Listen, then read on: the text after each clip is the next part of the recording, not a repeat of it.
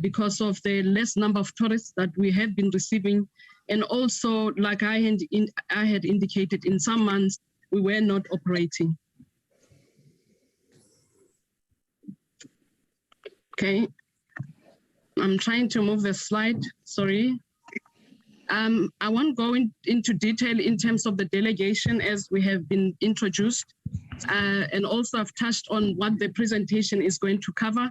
But I think the point that I just want to highlight here, Chairperson and Honorable Chairperson and Honorable Members, is that it's going to be a two-part presentation where one part will talk to non-financial performance, which I will take the committee through, and the other one will be financial performance, where the CFO will take us through, but also highlighting the fact that we didn't want to miss that opportunity of also presenting on our annual performance, the progress against the annual performance plan for the current financial year in terms of how we are faring.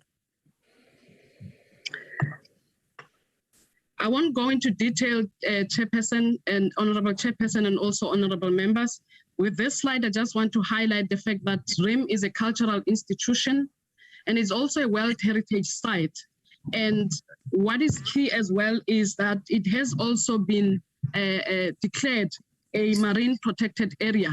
So what is key is the responsibilities that come with those different responsibilities as part of that classification.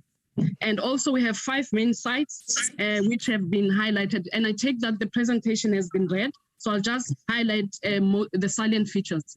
This slide aims to indicate the fact that other than our mandate, policy mandate from our shareholding and policy department, which is the Department of Sports, Arts and Culture, there are other policy mandates that we are responsible for. And I'll zoom into one, which is the DPWI, which is the Public Works and Infrastructure Department, where DPWI is an implementing agent on behalf of DSEC in terms of specifically the monitoring and the management of the built environment of the island.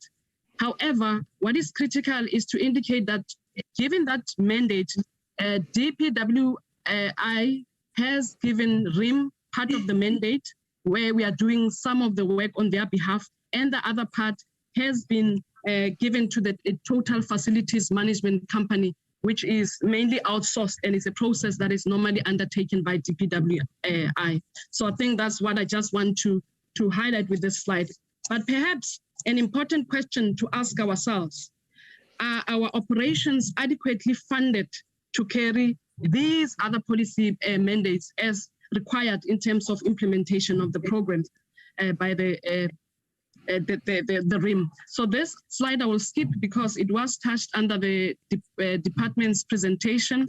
I'll also quickly go to the mission. Here is just to highlight the governance structure, rather the vision and mission of RIM in line with the current strategy that we are delivering on or implementing, but also highlighting the key responsibility under our mission, which is the advocacy and the education role to change, or rather to inform the public in terms of the multi-layered history with the aim of preserving the multi-layered history. I think, Honorable Chairperson, I'll just quickly go to the slide that talks to how we are configured internally in terms of our current operating model. We have 10 departments which have different strategic objectives that are linked to the departmental objectives. I won't go into detail as the presentation was shared with the honorable members. The next slide is just to show the program structure under which we are configured. We have 3 programs, one which is the business development program, the public engagement and administration, and focus should be on the business development program, where part of that program is split into 35% of our social objectives as a socio-cultural institution, and the other part is the 65%, which is our commercial objectives in terms of our ferry operations as we know it. Now, the next slide is just a snapshot of our performance within the 2020-2021 financial year, where we managed to achieve 2,774 items which were digitized, and I'll talk to the actual project that aims to unlock this exercise in terms of ensuring that we have digitized and archives collection that will ensure that there's easy access. And also, other than that, preservation aspect of it, given our responsibility. I'll just quickly highlight the fact that our ferries, currently we have 2 operational ferries that ferry our visitors to the island, which is the Sikululekile and also the Krotoa. And one is happy to report that there has been stability in terms of ferry operations, where these 2 ferries or boats managed to carry us in throughout since 2020, 2021, and also currently in terms of the financial year 21-22, with the recovery that we've seen for the tourism industry, where we recovered almost 46% as RIM in December only, just seeing a total number of almost 17,000 tourists. But I'll touch on that when I get to the 2021-22 performance. This slide is just to show the committee that given the fact that we are doing more with little, and some of the interventions that we have embarked on, and some of them being the austerity measures that we have embarked on to curb our operational costs, I can say that we managed to achieve 88% of our contracted APP with the shareholding department. However, only 2 targets were not achieved. One was partially achieved, and we are saying partially achieved precisely because that's how the Auditor General of South Africa requires us to report in terms of our financial performance. That is the reporting framework. So don't be surprised to say, what is this partially achieved, but is a requirement by the AG in terms of how we need to report. As I've indicated, as the executive and the leadership of RIM, we didn't want to miss the opportunity of just also indicating the continuous improvement in our operations in the current 2021-22, where we are now in Q3, which has ended at the end of December. We managed to achieve 88%. What this tells us is that in the Q4, there is a possibility of achieving a projected amount of 96%, which shows that some of our catch-up plans are really working, where this slide sort of unpacks those targets that are still not achieved, which are the 3 targets. But hopefully by the end of March, the 31st of March, we will see a different picture. And one of the reasons why some of these targets we were unable to achieve, one of them related to training, and the other one related to our memorialization project, a strategic project, as well as the interviews by the ex-political prisoners and the warders. And one of the main reasons was the passing of the ex-warder, Mr. Dirk Smith, may his soul rest in peace, during the year. And therefore, there has not been a researcher to assist us. Chairperson, Honorable Chairperson and Honorable Members, can I then request the CFO to take us through quickly in terms of the financial performance, and I'll follow on and conclude the presentation.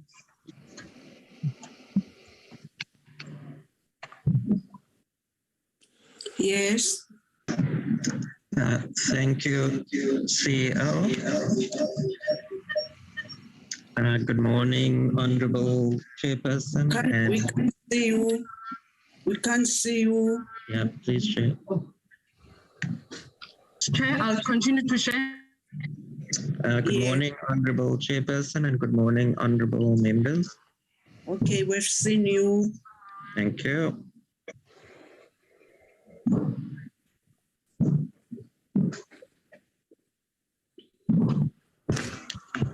I'll just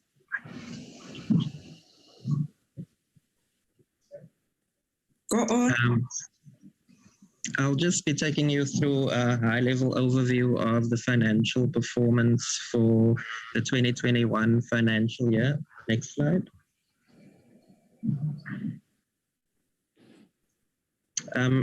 As indicated earlier by the Chairperson of Council, this slide is just an overview of the annual report and the reason for the delay in finalizing our annual report. We're pleased to indicate that the entity has reported a clean audit opinion for the financial period under review.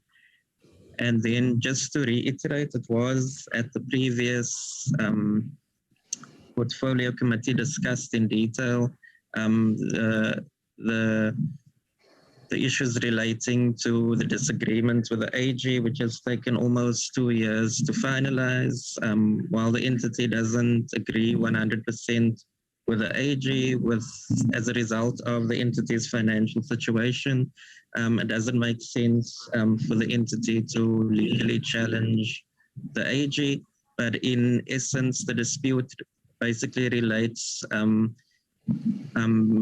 where the AG indicated that the preferred choice that the entity should have chosen was a 200-seater boat for 87 million, whereas the entity chose a 280-seater for 90 million, which the entity deemed the most cost-effective approach.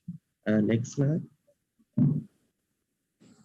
As indicated previously, and the slide basically just highlights the impact of COVID on the entity's store operations. As the entity operates in the tourism sector, I think it has been well documented that the impact of COVID has decimated the tourism sector throughout the country. With the entity not doing any tours for a period of 6 months, and then slow introduction of tours with gradual increases in numbers.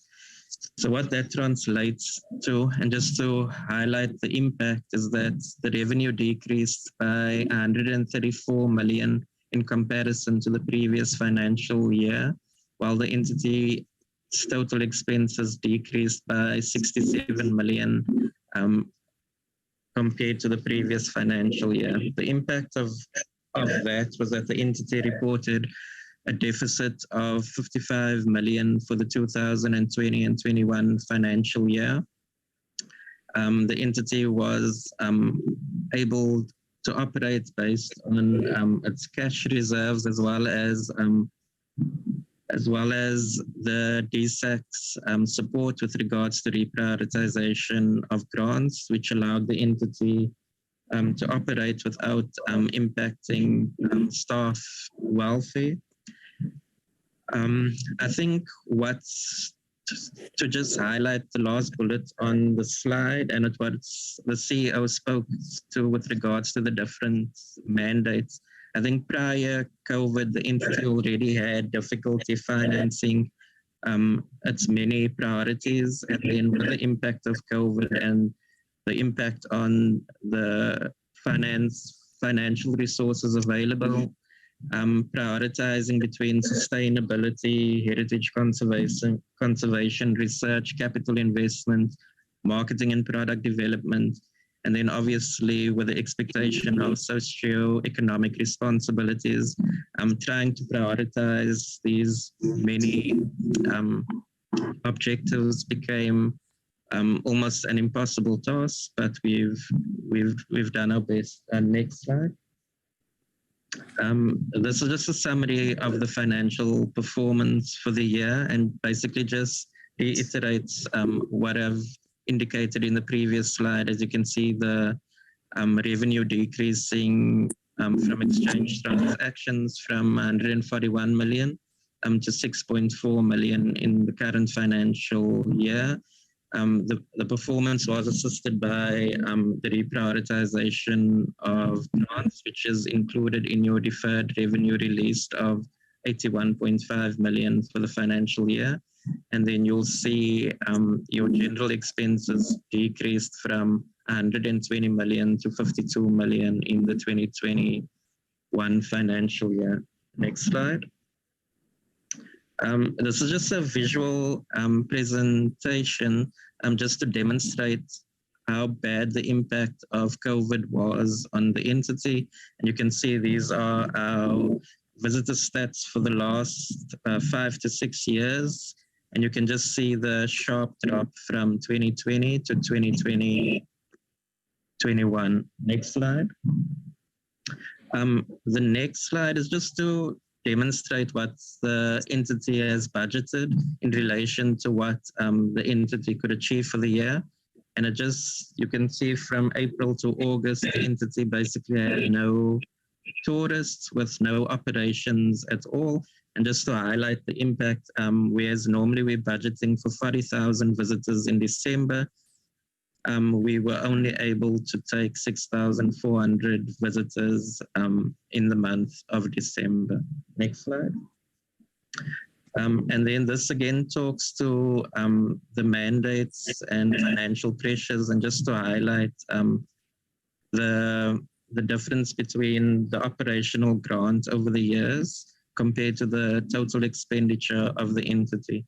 And as you can see, there's from 2013 to 2015, there's a big jump in our total spend, while the grant has remained relatively stable throughout the period. And this could only be funded by the entity's ability to consistently increase ticket sales revenue over the period.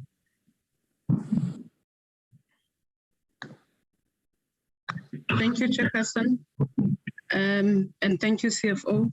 Honorable Chairperson and honorable members, I'll take you through some of the programs that we have as Robben Island Museum with regards to designated groups.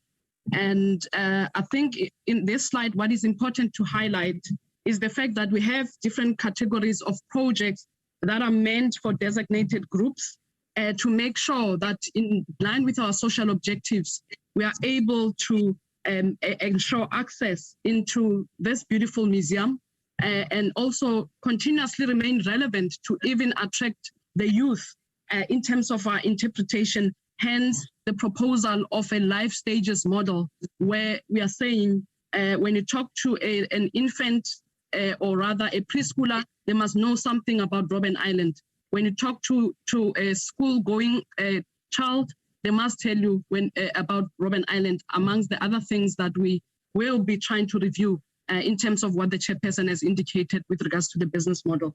But on this slide, the advocacy work continues to be key. And also another pertinent question is that, is the current budget with regards to ensuring that RIM delivers on its social objectives, does it match these programs, that some of these programs that we have as an entity?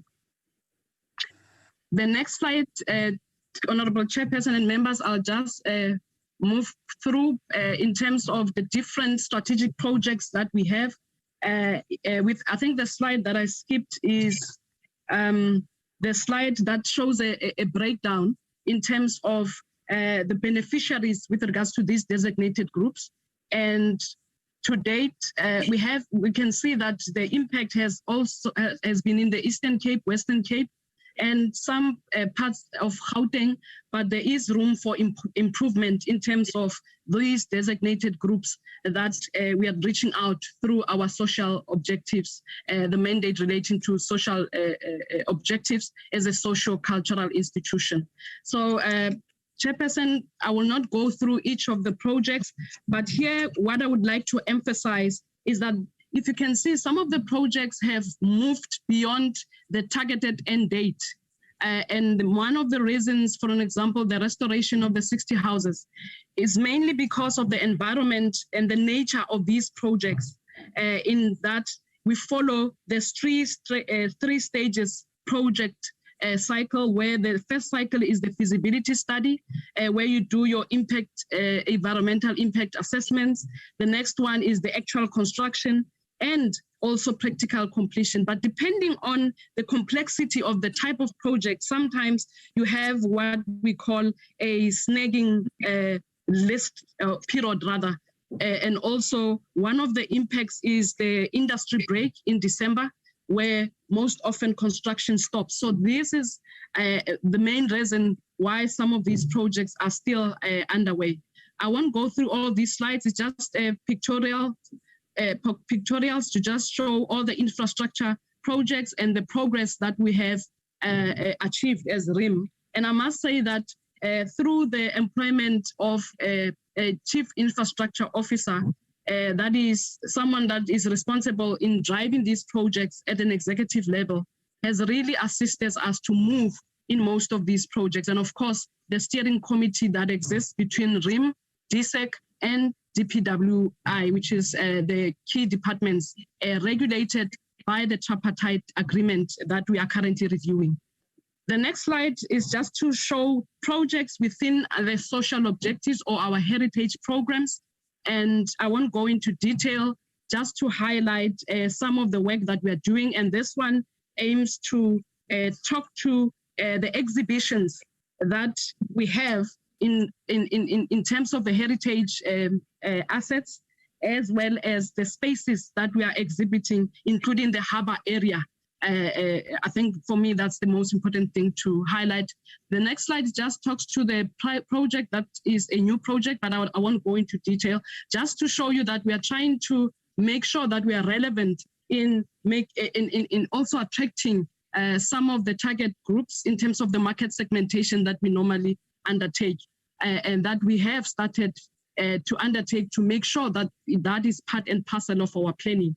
And of course, following evidence-based planning in terms of the research information that we normally get to define our programs and design our programs. Honorable Chairperson, this one is just one of the heritage projects, is one of the strategic projects with our partner, the French Development Agency. And what the aim of the project is to digitize the Maibuye Archives collection, which is housed at the department at the University of the Western Cape. And therefore, this project, the final or the main benefit is to expand research, as well as in terms of the availability of these archives to the public, and also mainly ensuring access.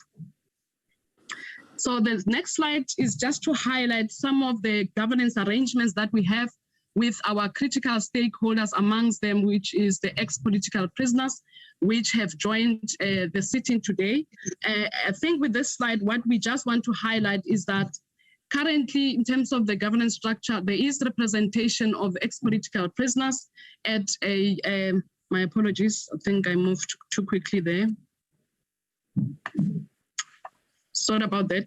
In terms of representation, there's also an advisory committee where ex-political prisoners also sit, which was established in 2018.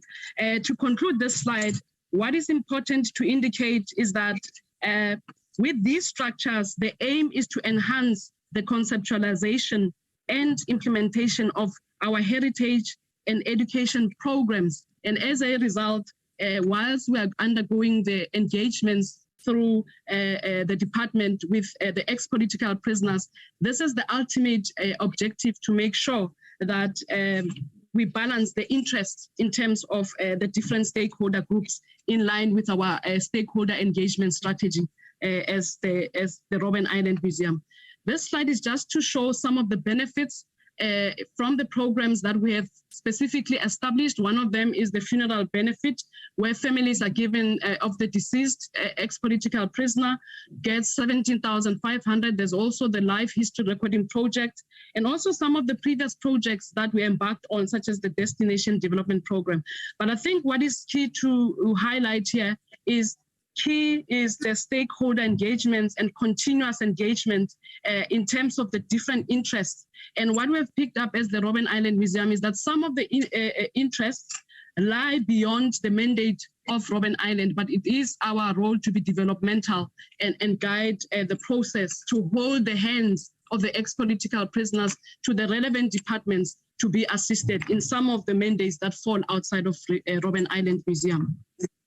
This is just that breakdown in terms of the beneficiaries, in terms of the funeral disbursements, a total of 22. And this is the spread in terms of what was reported as the ex-political prisoners that have passed on. This is just also a breakdown in terms of how much the total amount that RIM had to spend. In terms of the challenges, I won't go into detail, Chairperson, because the Chairperson of Council has highlighted some of the challenges. But on the challenges slide, what is key to emphasize is the different policy mandates that were not considered in the medium-term expenditure framework in terms of the outer years in the current political cycle, as well as the current programs and project management model that we are following as RIM, is one of the challenges, because in some of the projects, we haven't factored in the project management fee. So these are some of the things that, as part of our interventions to take us to a better place, as the Robben Island will be looking into those. The last slide, Chairperson, and thank you for your indulgence, Honorable Chairperson, and also Honorable members. In this slide is some of the interventions that we've undertaken. We have developed a recovery plan in the short term, which started in November, where we have different interventions that would make sure that we generate the revenue. I spoke about the recovery of the December month, where we also managed to break even, given all the interventions aligned to this recovery plan. But in the short to medium term, we'll be reviewing the business model, as the chairperson has indicated. But what is key is to also, through this blueprint document, we need to be able to knock at the door of the National Treasury, to knock at the door of the very same policy departments, in terms of ensuring that there is additional funding, given the current situation in terms of the tourism industry, which we have relied so much on in terms of our commercial objectives. We really need to relook at how we need to go about. And lastly, stakeholder relationships are critical in making sure that we achieve what we have set out to achieve. I'll pause there, Chairperson, and thank you so much.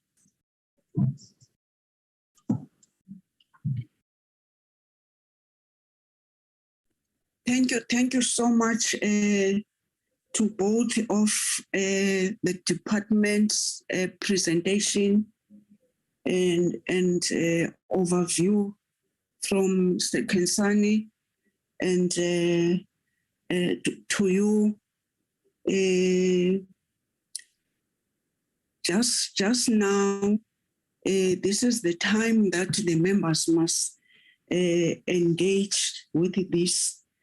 I'm having hands, but I'm having a note with me that our staff must read the questions. Honorable, who's this honorable?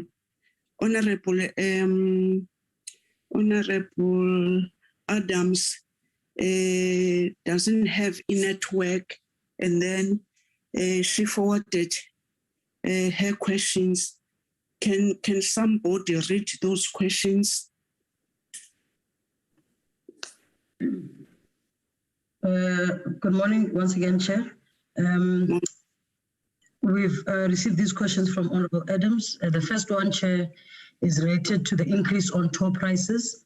She's asking, what consideration does the entity take in implementing this decision in a manner that does not exclude those who cannot afford? And then question 2 on infrastructure projects. What are the hindrances for completion, and what is the entity doing to address the delay? And will it result in an increase of costs? And then the RIM sustainability, financial challenges. What other revenue streams is the entity considering to increase its revenue base? When will the entity review and develop a new business model? Those are the questions, Chair. Thank you. Okay. Honorable Mamabulo, Honorable Shongo, Honorable Dennis, Honorable Van Dijk, in that order.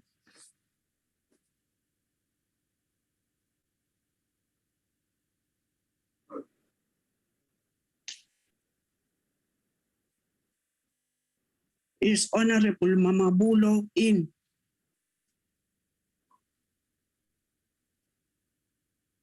Does Honorable Mamabulo, I'm passing you. Honorable Mshongo. Thank you, Chairperson. Thank you for the presentation. Welcome the presentation. And Chair, I would like to welcome. Chair. Sorry, Honorable Mshongo. Yes, Honorable Mamabulo. I'm sorry, man. I was bothered by the network, but it's fine. When I speak, I'll stop my video so I can pick up Thomas Ongo. It's fine. switch off your video and then Okay, and that's the question. Okay, thank I'm you. sorry, Sorry, Mokhozi, man. The network is bad here where I am. Sorry, Honorable Mhlongo. Yes. Must I continue, Chair? And you'll come after me. No, I'm saying let's give to Honorable Mamabolo also having But what is the noise, Honorable Mamabolo? Honorable Mamabolo, what is the noise now? We're giving you the platform. No, it's not from my side, the noise. I don't know where is it coming from. Okay. Okay. Comrade Chairperson, my question is very short because I can see the network is giving me problems here. Comrade Chair, my question to the Robben Island Museum comrades is that because they have increased their tariffs to 1,000 rand recently, is it not too much for the young people who want to go and visit this historical museum so that they learn our history and so that they know what happened during apartheid and so on? Because if you say a young person whose age between 12 and 35 must pay 1,000 to go and see a prison of former President Nelson Mandela and so on, or a student maybe from UCT or UWC to pay 1,000 rand, that should be too much. So I'm trying to check, why can't they at least reduce or lower their price for these young people who will be visiting the museum, because it will also generate income and make sure that they get money and be able to sustain their museum. Yeah, that is my question, because the others, I think they've been covered by my colleague, Honorable Adams, is also facing the challenges. So that should be my question, Comrade, Honorable Chairperson.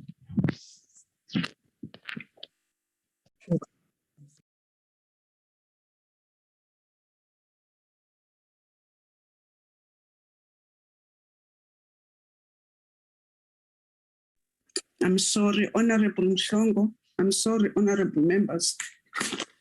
Thank you, Chair. Yes, Chair, I welcome the presentation, and wholeheartedly I want to welcome the business model review. I think this is overdue, and I wanted to find out when are they going to start implementing it, or when the negotiation or communication or consultation will take place, and when are they envisaged to end. And one of the concerns that I have, I wanted to find out, do they prioritize all stakeholders?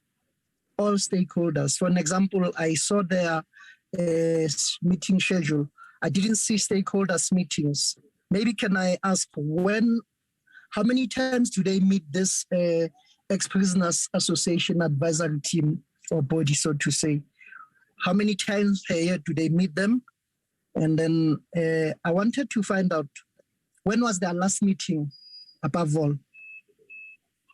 One of the things that I wanted to find out, why didn't we get their financial statement, annual report 2020-22 on time as per the AG report? What was the reason? I need details.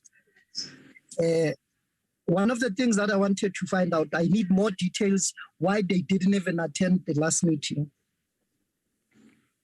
Chair, the issue of the former CEO, I think we must get more detailed executive report. I'm told now, if my memory serves me well, we have now a new CEO. What happened to the previous CEO? What is the status? Because I tend to not understand exactly what is happening. Chair, I want to concur with Honorable Adams. I think the pricing design, I think it's excluding locals and it's exploiting our own South African. And the chairperson spoke about the cheapest in the all entities. Tell me, chairperson, which entity that you go in and you pay 1,000 rand, or any museum or anything that you know of in South Africa that you go and pay 1,000 rand to get inside for an adult, and for a child 620, and for a child who's under 18, 820. Now I'm saying, Guti, one of the things, this model, I think they must explain to us. I know it's a pilot project, but this pilot project is not working in my view. And can the department, can the I wanted to find out what action has been taken, especially to the department regarding the AG timeframe or AG report which was submitted late, or documentation regarding finance which were submitted late. Chair, I think for now, I think I'll hold here. I want to hear the response and I'll come back. Thank you very much. Thank you so much, Honorable Msongo. Honorable Dennis. Thank you very much, Chairperson, and welcome the presentations. I first want to acknowledge the clean audit that was achieved by RIM and all the department, all the stakeholders who contributed the engagement for RIM to obtain that unqualified audit. I want to commend them on that. Chairperson, the comment on the word was used by the department, instability in the management system. I would like the minister or the department to make an assessment of the comments on the instability that existed, because there was something wrong. It was investigated. There was recommendations for disciplinary. It was then retracted on legal advice. And it appears to me RIM seems to me have created the instability themselves for whatever reason. It's not good news. It was out there, and we need to correct that and bring stability there as quick as possible. Chairperson, my question about the agreement between the RIM and the Department of Public Works and Infrastructure, I would like to know if the Department of Public Works and Infrastructure have shifted money with the agreement that RIM can do more maintenance or take more responsibility for maintenance. It's very important, but we can't take a responsibility without the funding. I would like the department to provide us with a list of the commercial inactive assets of the island, as mentioned in slide 24. I note a comment from other colleagues on the business model. And then, Chairperson, I would like to ask on the point of the 55 million deficit.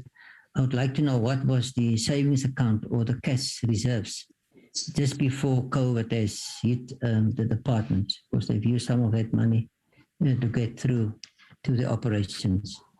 I welcome the green project, desalination plants, the quarry, wall, and all the other good projects. But I would like this Chairperson to ask on the memorialization projects. Some months ago, or last year, I asked about the history before the political history of the island, and the department told me, the teacher, that it was called some resistance movement. So I would like that to be included, if that can't be included in the projects that must further be enhanced on the island.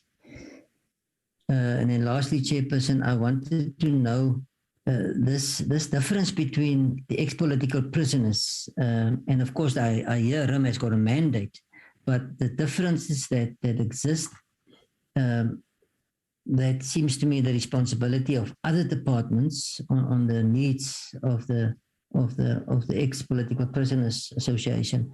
I would like to know if RIM has identified a department or departments that are responsible for these needs that was identified, irrespective of whether that departments can afford it or not, or what the status is. I think that's not RIM's responsibility. But this talks can't just go on forever and ever. And I appreciate the fact that, as raised by the chairperson, there's agreement to some extent of some of the issues or concerns raised. But I would like the RIM to do more to facilitate, through the facilitator appointed, that we can come to a conclusion of these issues raised by the ex-political prisoners. I thank you, Chairperson, for the opportunity. Thank you so much, Honorable Dennis. Honorable Veronica. Thank you, Chairperson, and I also welcome the presentations.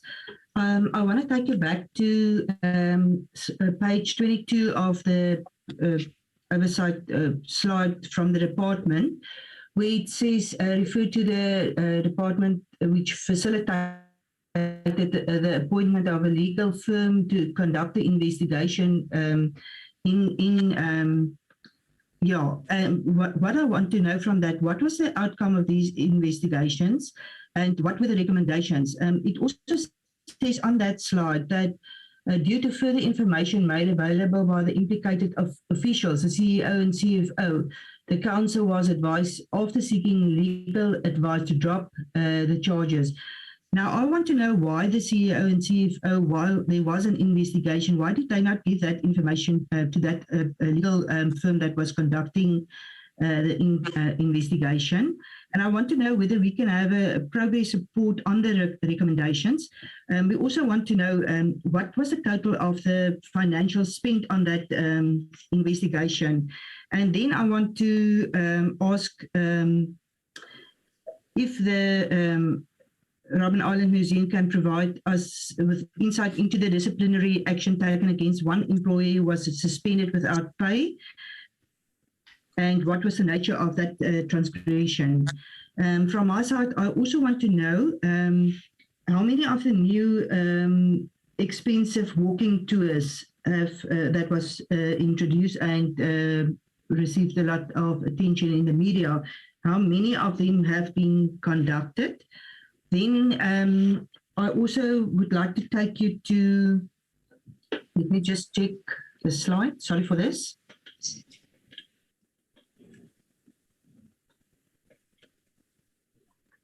Chairperson, just a moment. Okay. Okay, it's on the page 23, the financial performance of 2021. I just want to like to know in 2017 and 2018 and 2018 and 2019, there was much less people visiting, and the entity had a surplus. And then 2019, 20 and 2020 and 2021, with much more visitors, there was a deficit. So if that can be explained to me, because I try to understand why that, how that to understand that. Okay. The other thing I need to, I want to ask is, has any of the info of the Robben Island Museum been digitized? Or is it only the first project now that was sponsored by the French Development Agency? And I also want to ask whether there are existing buildings that can be used to for this Mayobia archives collection to be moved to Robben Island. My last question, there is a concern for the high cost of diesel for electricity. Why can the island not go fully from the grid with sun and wind power? Thank you. Thank you, Honorable Veronica. Honorable Zondi. Thanks, Chair. Chair, we welcome the report. And the new CEO, which is something that we said we wanted last year. And the new turnaround strategy, because there was a huge deficit in the previous financial year. And also in the year under review, we still have that. But I have hopes, Chair, and I'm pleading to my honorable colleagues to give her an opportunity. She talks as if she has been in the entity for quite some time, which means when she applied, she had a research on the challenges facing the entity, and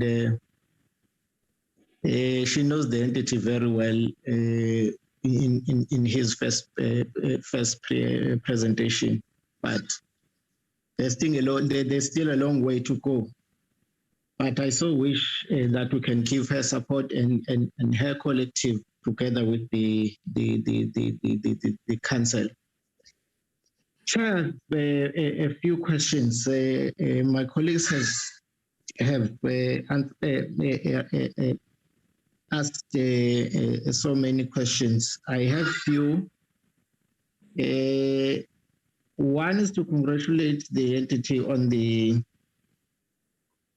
audit outcome, the clean audit outcome. But further to say, Chair, normally entities which gets a clean audit outcome, they don't normally they don't deliver on their mandate equally as as their finances. So I so wish RIM can balance the two, sustain this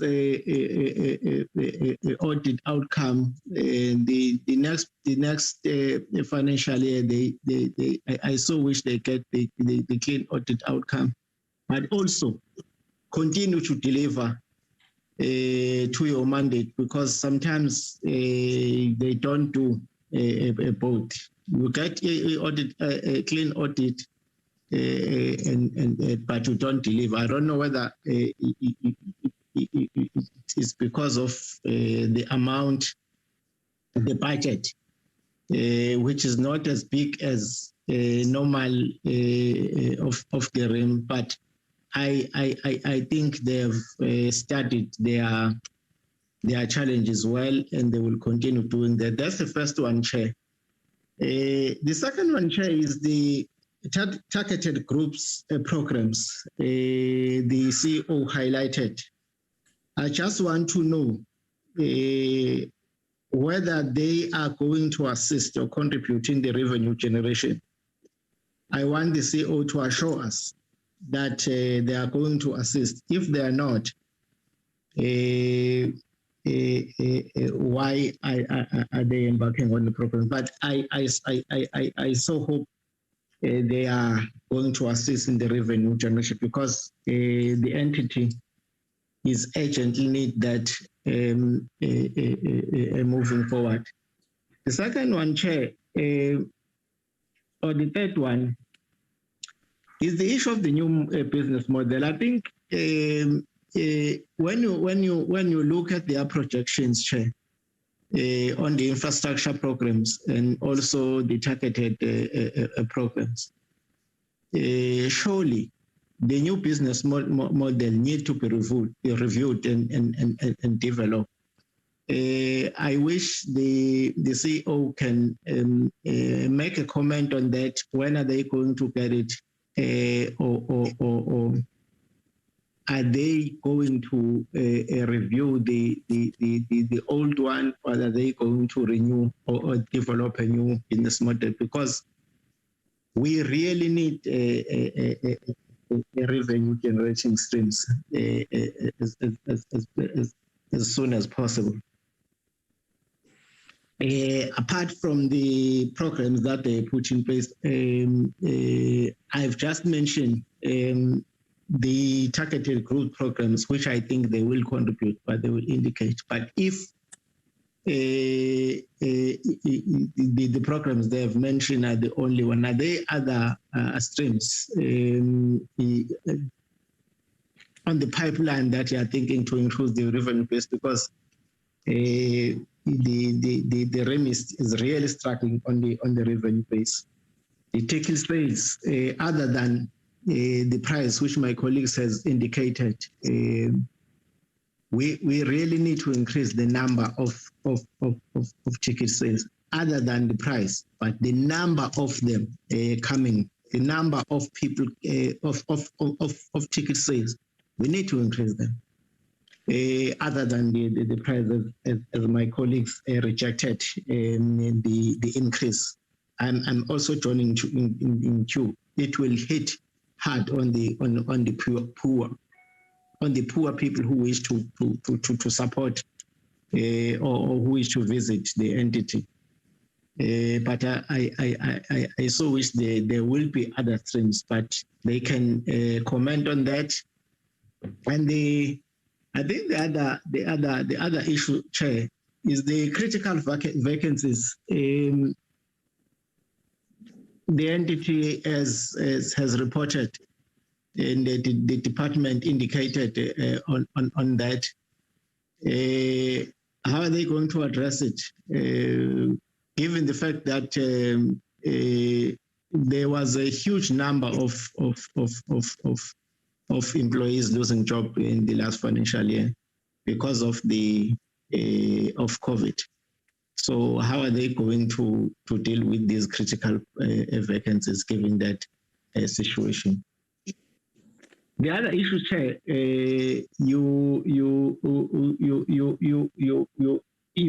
they talk about the capacity of the board that will assist the entity in unlocking funding, because in fact, the capacity of the board will assist the entity in maximizing the revenue. So I so wish they can fix that quickly, so that the entity the board will assist the entity to increase the revenue if the capacity is maximized. I understand the issue of the funding is the problem, but can they unlock funding elsewhere other than the budget they have, together with the department, so that we have many avenues in trying to unlock this revenue stream. The last one, Chair, is the issue of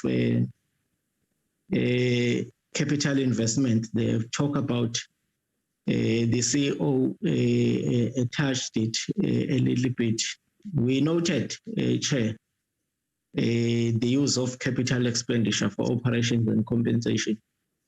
So which capital investment projects have been impacted rather by this environment, and what will the department and entity do to ensure it implements its projects on the issue?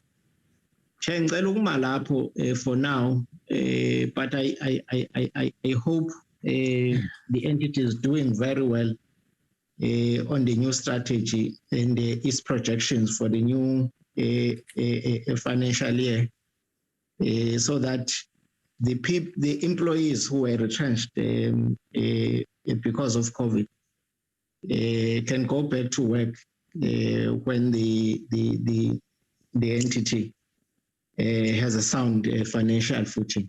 Thanks.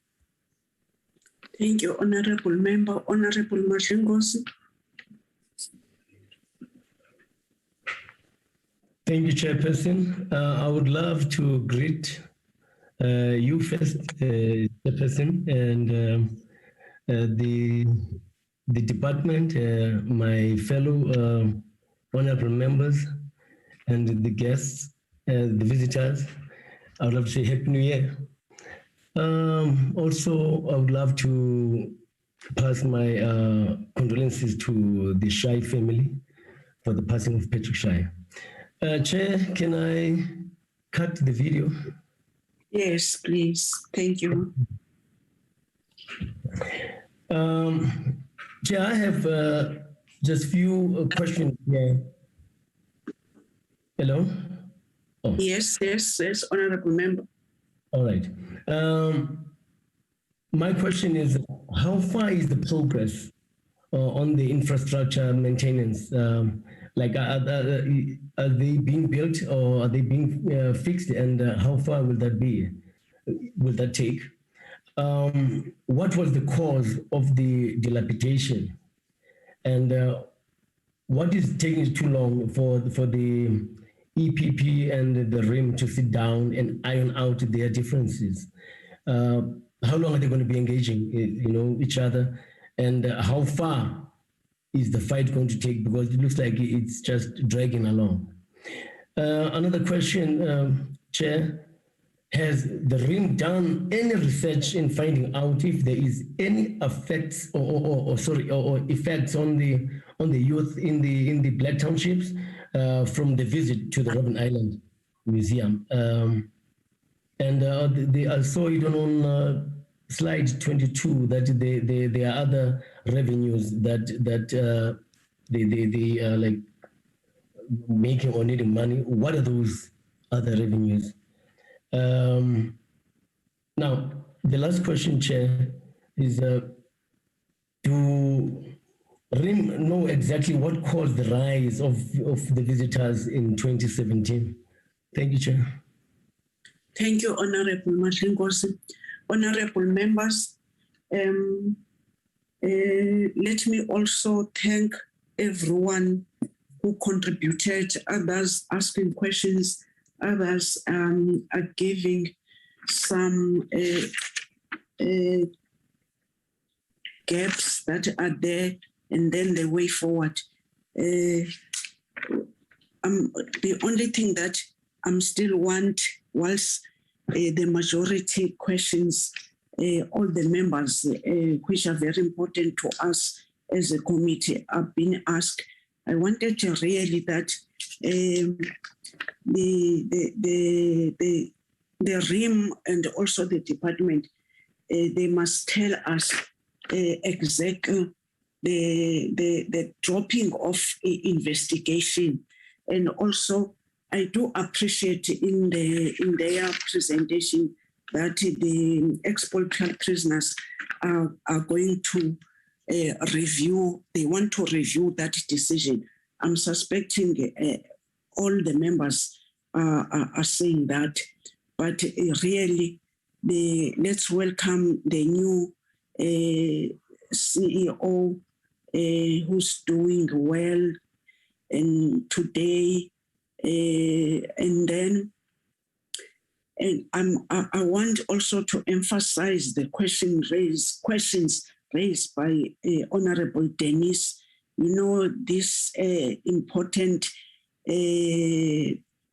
thing of some departments, what are they doing? And then as really a department, they need to facilitate in order that we must do get that. But also in this thing saying that you are communicating, or you are going to communicate with the stakeholders and to do the public hearings. My view is that because there's this cry of this amount, whilst we are saying that you are wanting, you did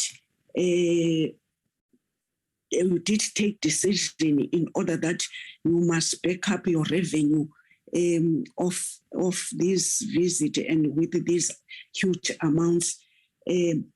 If now everyone is complaining, can't you think that you must take that issue and then do public hearings? I know public hearings sometimes they are costly, but also as a committee who can do oversight, would love to check whether we can't be part of doing the public hearings in order that we must implement a project which is having all inclusive important people of South Africa, like as we are outlining our youth, our unemployed.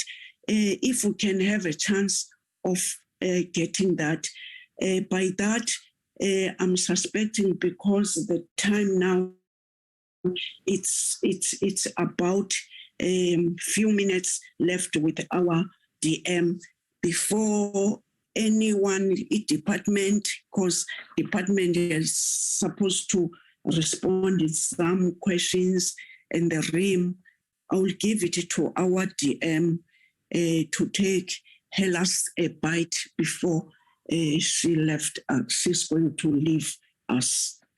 Thank you, DM. Thank you very much, Chair. And thank you very much to honorable members on this important debate. And I'm hoping that both the department and the management of the Robben Island Museum has taken notes of the inputs of the honorable members, because some of the inputs are actually assisting when they sit down to look at that business model and the restructuring. Some of the inputs here are already giving them guidance on what to do. They might sound like questions, but they are actually guiding in some areas on things that need to happen. And I'm hoping that both the department and RIM management have noted that.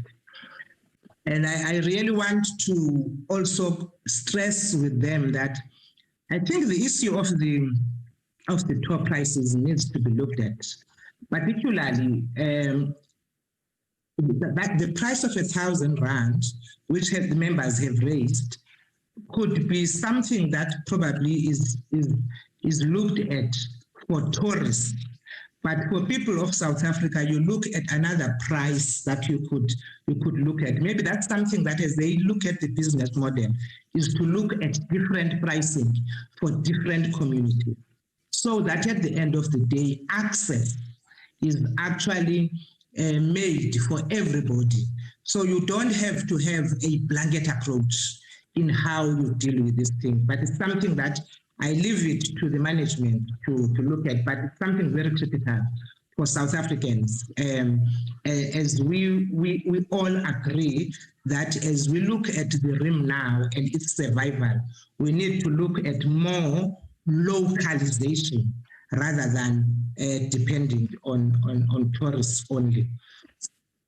On the issue of the memorialization project, Chair, which is, I think, is a very critical issue that the members have raised. I know this was raised before. I remember very well Honorable Majingo was even having a discussion about the previous royal leaders and chiefs that were once incarcerated in Robben Island, that when we deal with this, we should be dealing with the inclusivity of the whole history. We shouldn't leave some of the historical events that had happened. So I just want to align myself, because I heard Honorable Dennis raising that as well, talking about resistance.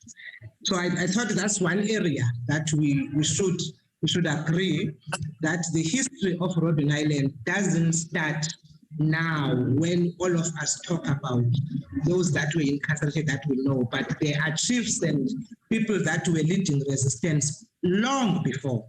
And when we then deal with this memorialization, it should have that inclusivity. And I hope that the management has noted that. On the issue of the relationship, Chair, between the Ex-Political Prisoners Association and the Robben Island Museum management, I heard the chair of the council saying they have appointed an organization called APOL, which is very good with dispute resolutions and is helping them to actually make sure that there's that relationship between is dealt with. And I know that EPA is still going to do its own presentation. We will hear what they say. But I think what is important that the committee must look at timeframes for this. It can't be a dispute resolution forever.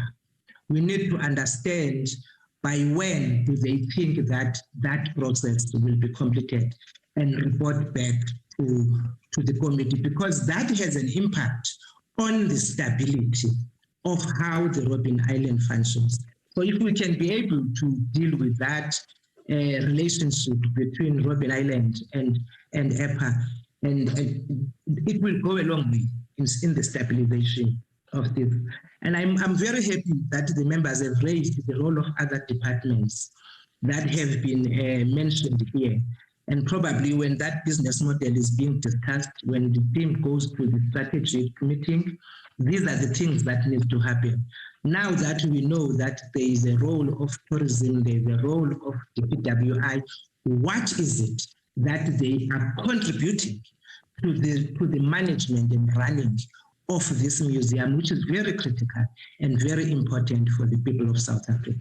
So for me, the meeting itself, Chair, and the inputs that have been made by members are very critical, very good, but obviously the team is going to come in now to respond to some, but mainly most of the inputs were giving direction on what needs to happen. And when the RIM comes back to the committee to give progress report, we expect some of the things that have been raised here, they touch on them so that we can see if there is progress that is being made.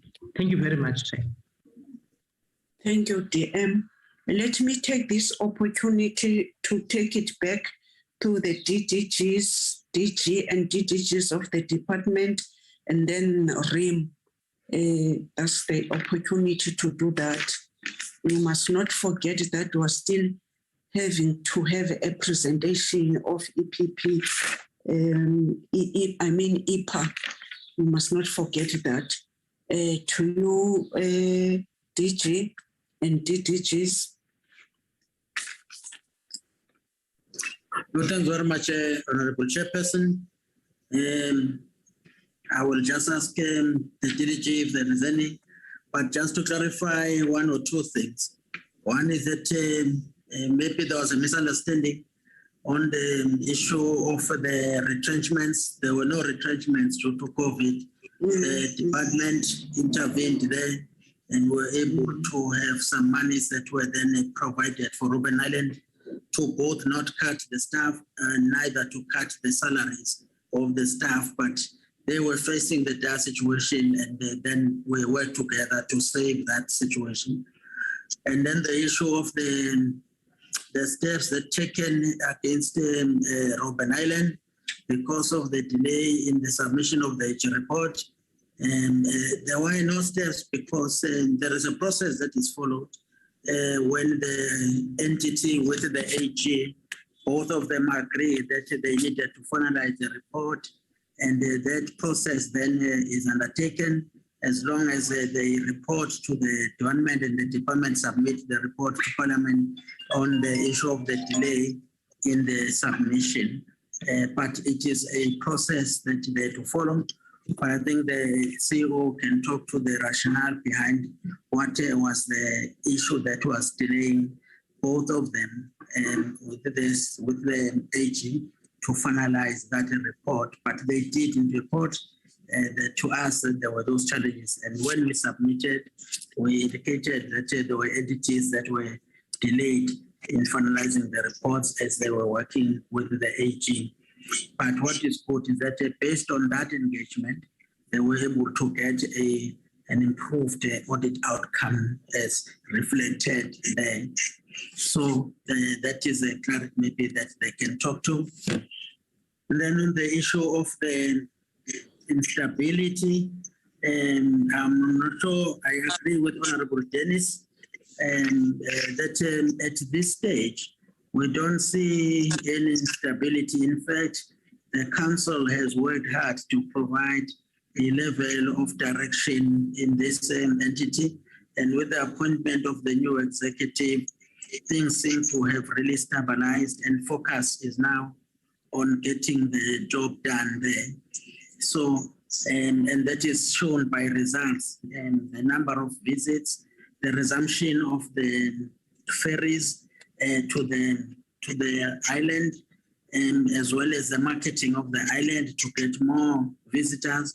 All these are the indication of an institution that is on recovery and is quite stable at this stage. And Honorable Chairperson, and that will be my understanding.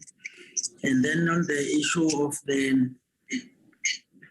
we agree on the issue of the history. Before that, I think Honorable Chairperson, you've mentioned that as well as Honorable Dennis, around the issue of the history, full history of Robben Island, and even before the issue of the prisoners, whether it's prisoners with leprosy, because that is where all prisoners started, was issues of leprosy, but also the resistance chiefs who were there.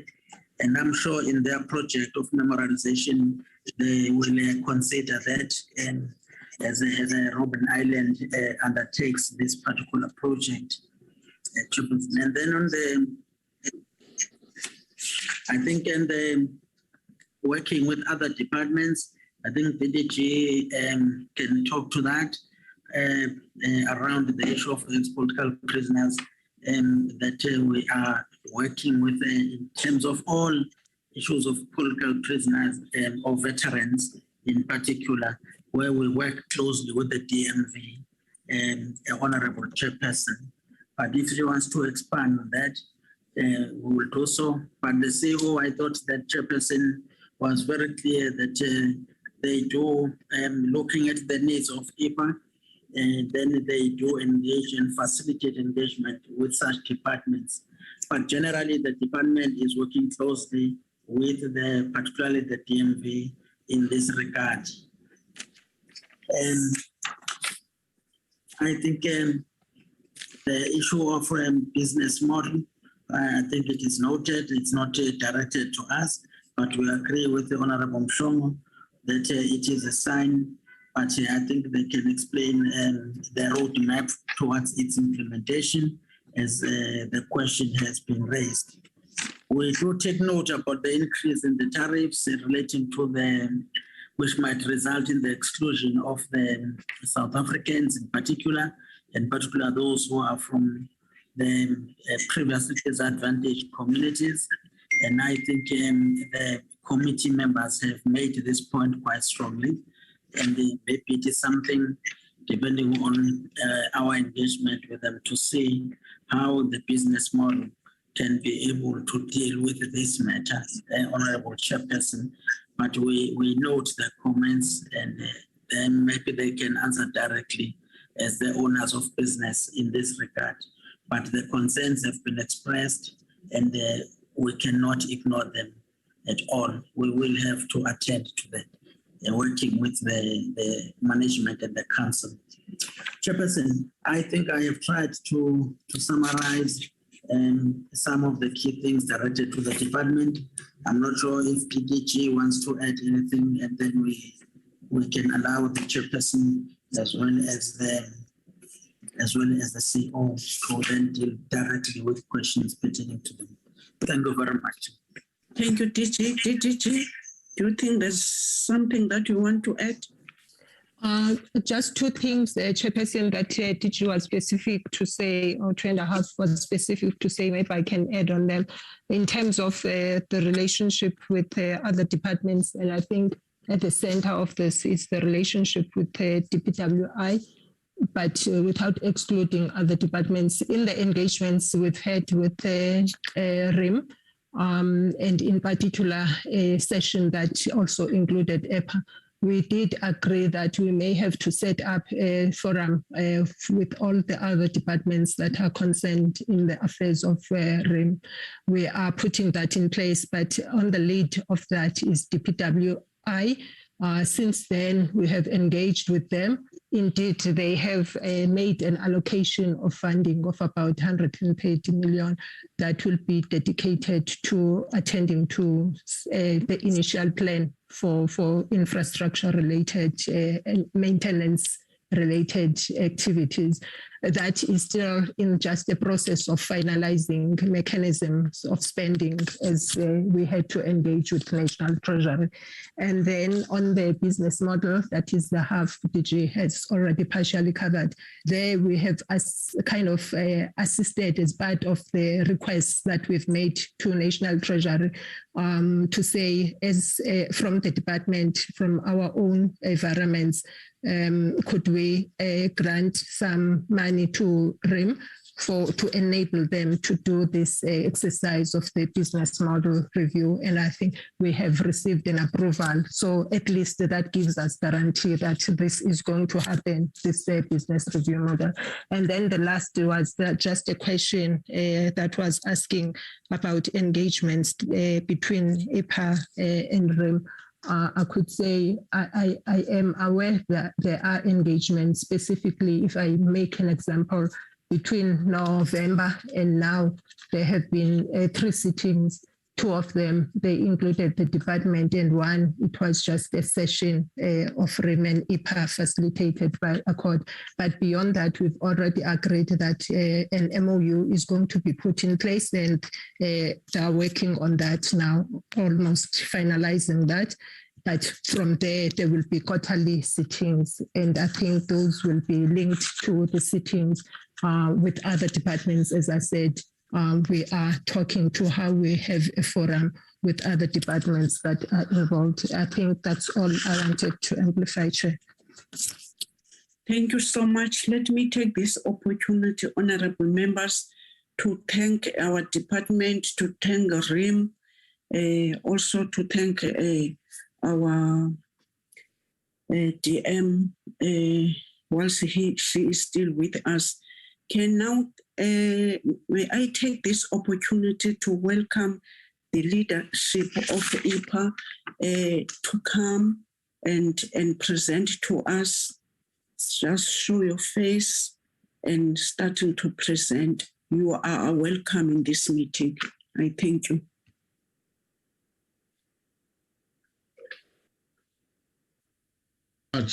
Thank you very much, the chairperson of the Portfolio Committee, the DM, members of the board of Robben Island, and its CEO, and honorable members. Yeah, my name is Mpho Masemula, the Deputy Secretary of the Ex-Political Prisoners Association. Before I make a presentation, Comrade Chair, I just wanted to make some remarks that actually for the past 15 years or 10 years, the EPPA was denied this kind of an opportunity to make a presentation to the Portfolio Committee about all the things that we raised in the media. We opted to go to the media because of being refused, permission in this kind of a democracy, that we should be able to, express our sentiments as far as issues of the ex-political prisoners are concerned, the heritage and the legacy of Robben Island. And we would like to appreciate that the committee, at least, they have given us that opportunity that was not actually entertained in the past 10 years. The secretary of the Committee of Portfolio has mentioned that and acknowledged all the letters that were sent to this committee by political prisoners to say, we want to talk. Things are going wrong there. And we were prevented by previous Robben Island Council, not to express our views. And they were the only ones who were permitted to give the annual report to the Portfolio Committee, which was biased. Unfortunately so, because it only represents themselves. It never represented us as an oversight. We'd like just to appreciate that at least today we have been afforded that opportunity. Chair, I would like to introduce my delegation first. I've got Professor Seth Cooper. You all know him. He's the member of the EPPA task team. He's actually is dealing with the constitution and the policies of the Ex-Political Prisoners Association. And then I also have Comrade Shaga Khatebe, who's the member of the Action Committee of the Ex-Political Prisoners Association. Chair, I would like just to give the Professor Seth Cooper to give us the opening, a preface, and then it will be culminated by myself going straight to the presentation. Thank you.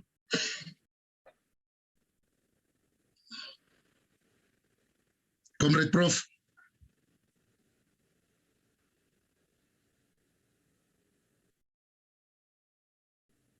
Comrade Prof.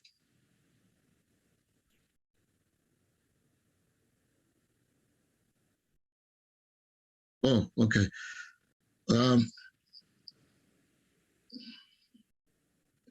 I think Comrade Prof will join us later. I thought as we submitted, Comrade Chair, some of the presentation, I thought it's going to be shown here on the screen by the secretary. But if not, then I will, begin now to address the portfolio committee with regard to the problem statement that we submitted to RIM and also to the minister that led us today to make this presentation. We submitted the executive summary, which is our presentation to the portfolio committee, to the secretary of the portfolio committee. A preamble of it is drafted and be given to, I think, to all the members of the committee. What we said is that... Yes. Just a moment. Can the office put the presentation? Yes. Yes. It is. Thank yes. You. Okay. Thank you very much. Okay, we can go on. Yeah, as I said before, that this association, you can look at its preamble. It has been formed by our late president, Nelson Mandela, and all the political prisoners in 1995 at Robben Island. The purpose of forming this association, it was to address the socio-economic aspects that challenges that are being faced by political prisoners after they are released from prison. And also subjectively so to look at the heritage and the legacy of political prisoners according to the historical epochs of all the layers and the narratives of Robben Island as the place of liberation. We have been doing that since our formation and knocking to Robben Island, but knocking to the walls, which have not even recognized our contribution. Now, I speak here representing all the political prisoners that were incarcerated at RIM and some other institutions. Yeah, the document from the slide one, it is just a conceptual framework of the development from the development of the ex-political prisoners workshop and the pilgrimage, as mandated by the briefing session of EPA and Accord. You know about Accord, as it has been said so much in this platform, that this document presents the contextual matters that led to the agreement that a concept document for the pilgrimage should be formulated. It is anchored. It is an anchor on the importance of the ex-political prisoners as the community of experience. They constitute key stakeholders in RIM affairs, in that it is their experience that constitute the meaning and the notion of the triumph of the human spirit against the forces of darkness. As such, just a minute. Honorable members, Department RIM, I'm having messages that you didn't answer all the questions, but I don't want to disrupt the presentation. You must stay around, honorable members. When they are asking questions, they will refer to their questions which are not yet answered. Seemingly, you are not yet finished, but unfortunately, members they didn't raise immediately when I was calling. But I'm taking that you must remain behind, and then after this, we'll finalize those questions together with the new questions from this presentation. Thank you. I'm sorry, Ntate Masemula. You can continue. Yes, thank you very much, Chair. As I said, I'm paraphrasing the concept because it is too long. I just wanted to shorten it so that I cannot waste time to go straight into the points. Yeah, you must not read line by line because you did spend your presentation long ago. Yeah, you must try to summarize it. Thank you so much. Yes, when we said it should be remembered that the XPP, ex-political prisoners, some of whom still alive today, are the mark of the epoch in South African history associated with Robben Island and being declared as an apartheid maximum prison in 1959 to its declaration as a museum in 1990. Chair, you know, people must also take into cognizance that you know, with the time, the XPPs that were sidelined, marginalized, and the technocracy that took upper hand in running Robben Island Museum. These were no assessment and evaluation as to whether, you know, the healing of the ex-political prisoners took place as it was originally planned. And we said it before that we wanted Robben Island to be a pilgrimage, Chair, so that we can be able also, like any other religious sentiments or groups that are going to Mecca, Muslims are going to the Mecca, we said all political prisoners also should, you know, on the annual basis, be able to be given that opportunity also to visit Robben Island with their families, as the place to reflect on the, you know, previous, you know, on the, you know, social, cultural issues, social issues, and individual issues that are affecting them. So in our problem statements, we made it clear that this should happen. But in the past 10 years, Chair and honorable members, the ex-political prisoners was involved in a very serious fight with recalcitrant board members who never wanted to be advised by us, people who were incarcerated, of how do we run that place. We wanted, our aim and the objective, it is to assist RIM, you know, to bring back the glory of Robben Island as a World Heritage Site. But unfortunately, Chair, we were treated like criminals, and all our inputs were never wanted to be entertained. So now the line has been drawn, and they forgot that some of us and many political prisoners are educated in different fields of, you know, education. Some of them are former constitutional judges. Some of them are lawyers. Some of them are presidents of these countries. So we were deployed in many trenches of the revolution. And we said to them, we don't want to fight you, but we want to bring back the glory of Robben Island. Unfortunately, that did not happen. That is why our altercations mainly are always on the public platform.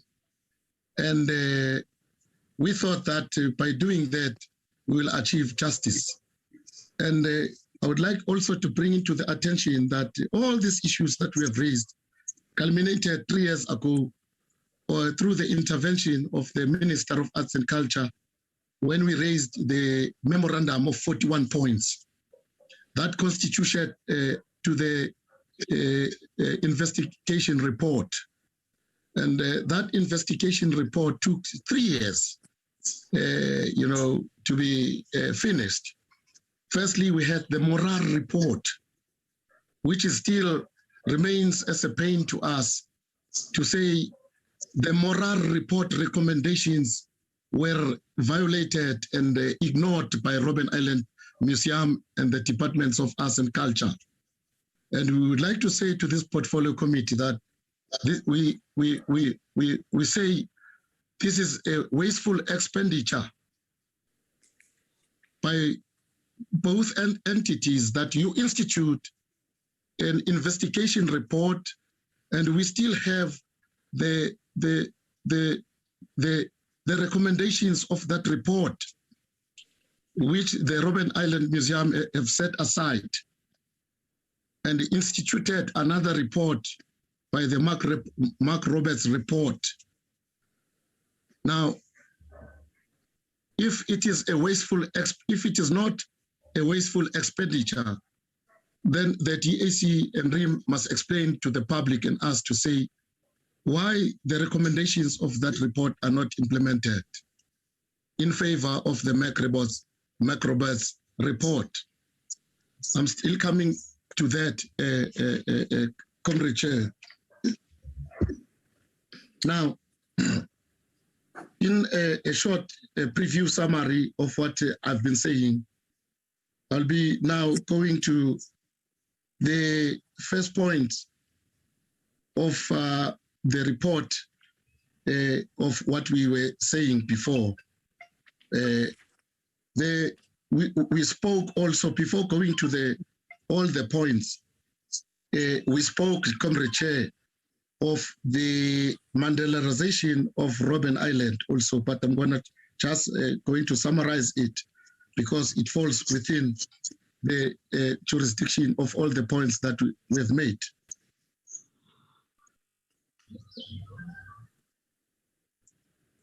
Oh, just wait for a little bit. No.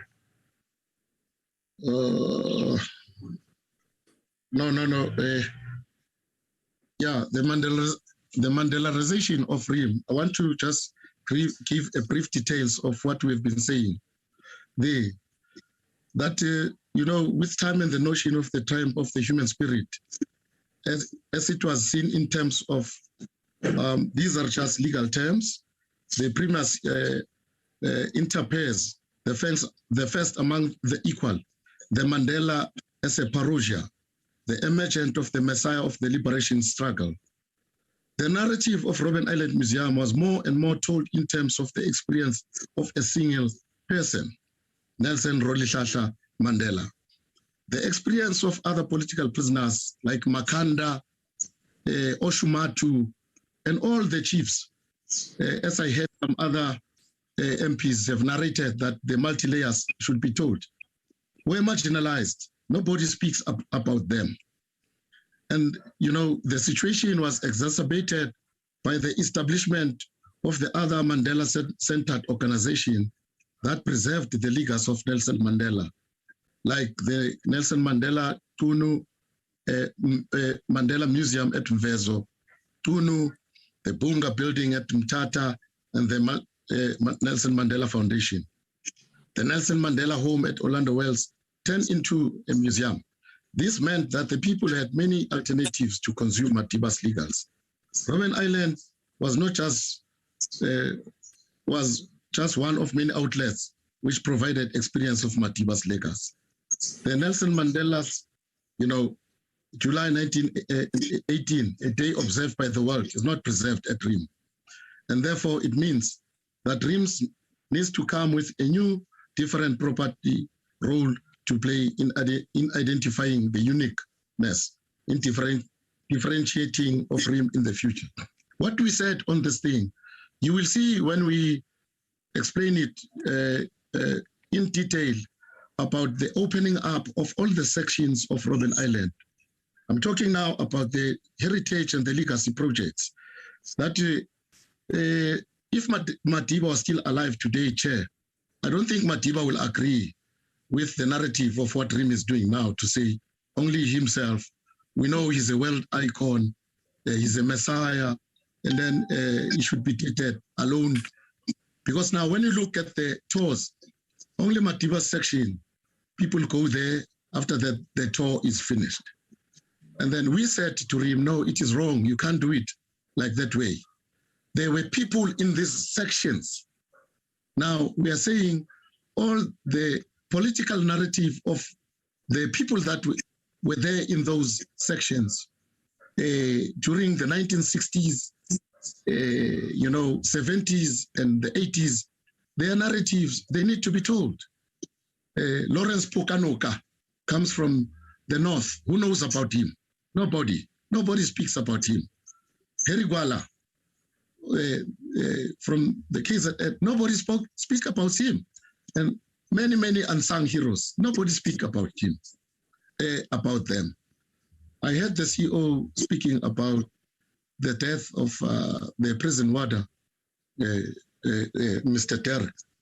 Well, indeed, we don't, somebody when he's has passed on, yes, we need to respect him. But RIM, until today, we never saw anyone. They are speaking about the relationship of political prisoners with us, but nobody, even when one of our dead comrades, political prisoners are a declining species. Every week we are burying one of them, but not even a single member of the board will come to our funerals and grace the funerals. And also, in the media, Robben Island publications speak about them. They are not doing that, but they are speaking of our relationship with them. So we took it very much exceptionally that in future, this new board, the new board will do the correction and, start now to make the proper relations with us. If you recognize Derek Kotze, it's fine, but last week we buried one political prisoner. None of the RIM, officials have said anything about him or her. But a white man has been, better than us. It's okay. Still there on the concept of why we are saying the Mandela RIM should stop, popularizing only one political prisoner and better than the others. We have made a presentation to RIM last year in April. So these are the points that we thought RIM will discuss with us, and they will make some implementations with regard to our opinion pieces. And well, they have made some strides in some others, but not in all of them. The RIM chair is on record by saying, actually, we presented 31 points to them. Now, they decided to take 10 points out of the 31 as a matter of saying these are the doables. They can be able to implement them so that they can try to resolve the standpoint between us and them. We don't want to have a concept of saying we are us and them. No, we are the real stakeholders of Robben Island. So we thought they will take us very seriously. Unfortunately, the previous regimes have, focused on other items that have not helped Robben Island, to develop as an institute of learning and as an institute of liberation. Chair, I would like to come now to the marginalization of the Namibian section. It's not only us South Africans who are incarcerated at Robben Island. The Namibian section, the Namibians were there. Herman Toivo ya Toivo was also imprisoned there. And what I can tell you, because we are speaking to them on a daily basis, these political prisoners in Namibia, they have been recognized by their government, by the role that they've played in the liberation of both South Africa and also in Namibia. And these are members of SWAPO.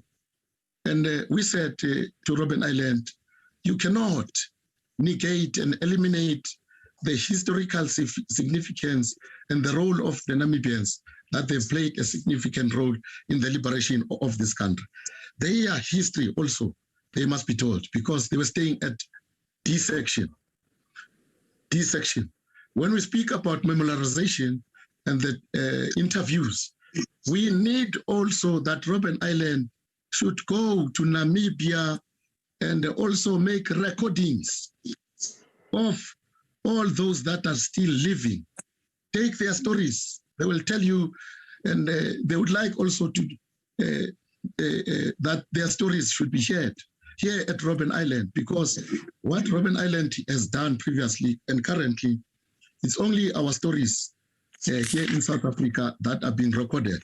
We are saying you should also go to Namibia and do the same recordings to these comrades.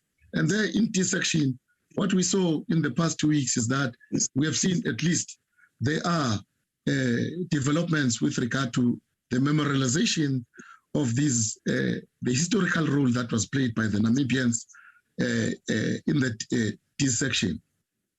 We are still going to come on the issue of the digitalization of all the recordings of the interviews. That we said to him, these interviews must not be archived at Robben Island. Why do you archive them?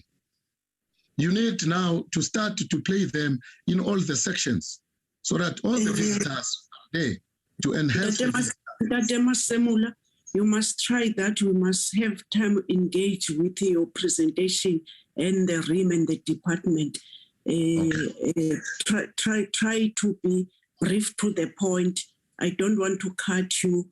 When I'm looking at the time, we will not have enough time to discuss your input, which is so very important that together today we must discuss and give a way forward. I thank you. Okay. Yeah, you're saying, coming to the reduction of RIM as a tourist, attraction, we objected so many times on this point that RIM is not a tourist attraction only, but it has the historical significance as the cultural heritage site where, heritage plays a very pivotal role, Chair. And then the other point, the EPPs as the interlocutors of the significance of RIM. Chair, under this, we have stated very important points that we think RIM should respond to them. You can see the 13 points that are there, saying one of them, EPPs will play a role on the governance of RIM, the annual pilgrimage to Robben Island, as I've already spoken to that, the reunion of political prisoners at Robben Island. We had documents that were presented to RIM and the budget that has been made, but RIM did not come to play. They rejected all this concept. And we also had the memorial wall to be erected on Robben Island. This is very much important to all of us, Chair. We presented we made a presentation to RIM also to say they must recognize that all the sections at Robben Island, they must have the memorial wall with all the names and the prison numbers of the comrades that were there in that wall. And the memorial wall also on the main island, which constitute all the people that were incarcerated at Robben Island, starting with Makana, Oshumatu, Krotowa, and all the political prisoners. So that has not has been done. And if they need funding, with RIM new model, probably this could be resolved. We also made a proposal about the Robben Island Leadership Development Institute. The school there at Robben Island, we wanted to turn it into a Leadership Development Institute. The presentation about that will be presented to RIM in due course, Comrade Chair. And then the intellectual property, clause. We call on RIM also on many times to protect the intellectual property of Robben Island, whether infrastructural and also all the artifacts of the political prisoners. We need them, they need to be protected. The implementation of the Auditor General's recommendation. Yes, Chair. Well, RIM has not spoken so much about that. I heard some other MPs were asking questions about this. We are calling for the implementation of the Auditor General's recommendations. It cannot be set aside. These are the recommendations that will guide Robben Island. And also, the implementation of the Morar and Macrobert's investigation reports, Chair. You cannot only work on Macrobert's report and then ignore the recommendations of the Morar reports. What we know currently, the EPPA is going to respond in due course because we said we took the summary, we took the report, investigation report to some of our lawyers, which they interpreted the report. They are now finished. They gave us the report, and we are going to publish this report. That Robben Island currently, the new executive and the board, they should start now to act on the recommendations of both Morar and the Macroberts, because we have seen two elements that are in the report. One, the former CEO, the recommendations, and the CFO, which warranted that they should be summarily dismissed. Now, currently, we're still sitting with the person who has been found guilty by the report of Macroberts. Is still sitting with us, and that person is also made a presentation to this committee. But the final recommendations of the report said he should be dismissed. So I find it so strange that RIM must also, tell us about the technicality of these problems, and because it's not only us that want justice about this matter and put it into, rest. It's also the public that are asking questions because this matter now belongs to the public. That why now the recommendations are like this, but you still keep some other people, and you have not even implemented the remedial actions against some members who are implicated in the report, and they are still working for him. And then now, point number 8, the implementation of the EPPA RIM workshop recommendations. Yes, the 10 points that RIM was talking about, these are the points that we are busy currently working on. Some of them are doable, some of them are on a long-term due course, Chair. We hope that they will produce meaningful results. And then number I, we said, to what extent does the state of democracy today align the expectations of the ex-political prisoners as a constituency? This is the question which we thought RIM probably will give the answer. And then as the attrition grows of the ex-political prisoners dying, how is the ex-political prisoners, we do want to deal with the presentation and the continuity of the legacy into the deep future. The role of the families and children preserving the legacy of the XPPs. And then also the question is, what is the political economy of the preservation of the legacy of XPPs? And then how do we address those going forward, Chair? Now, Chair, without wasting time, we made a presentation to RIM, which we rejected on many times, their view. We said to them, look. But what you are not assisting us is to go from point 1 to point 10 in the presentation that you did give us. Now, I don't want to be unfair to you, leader.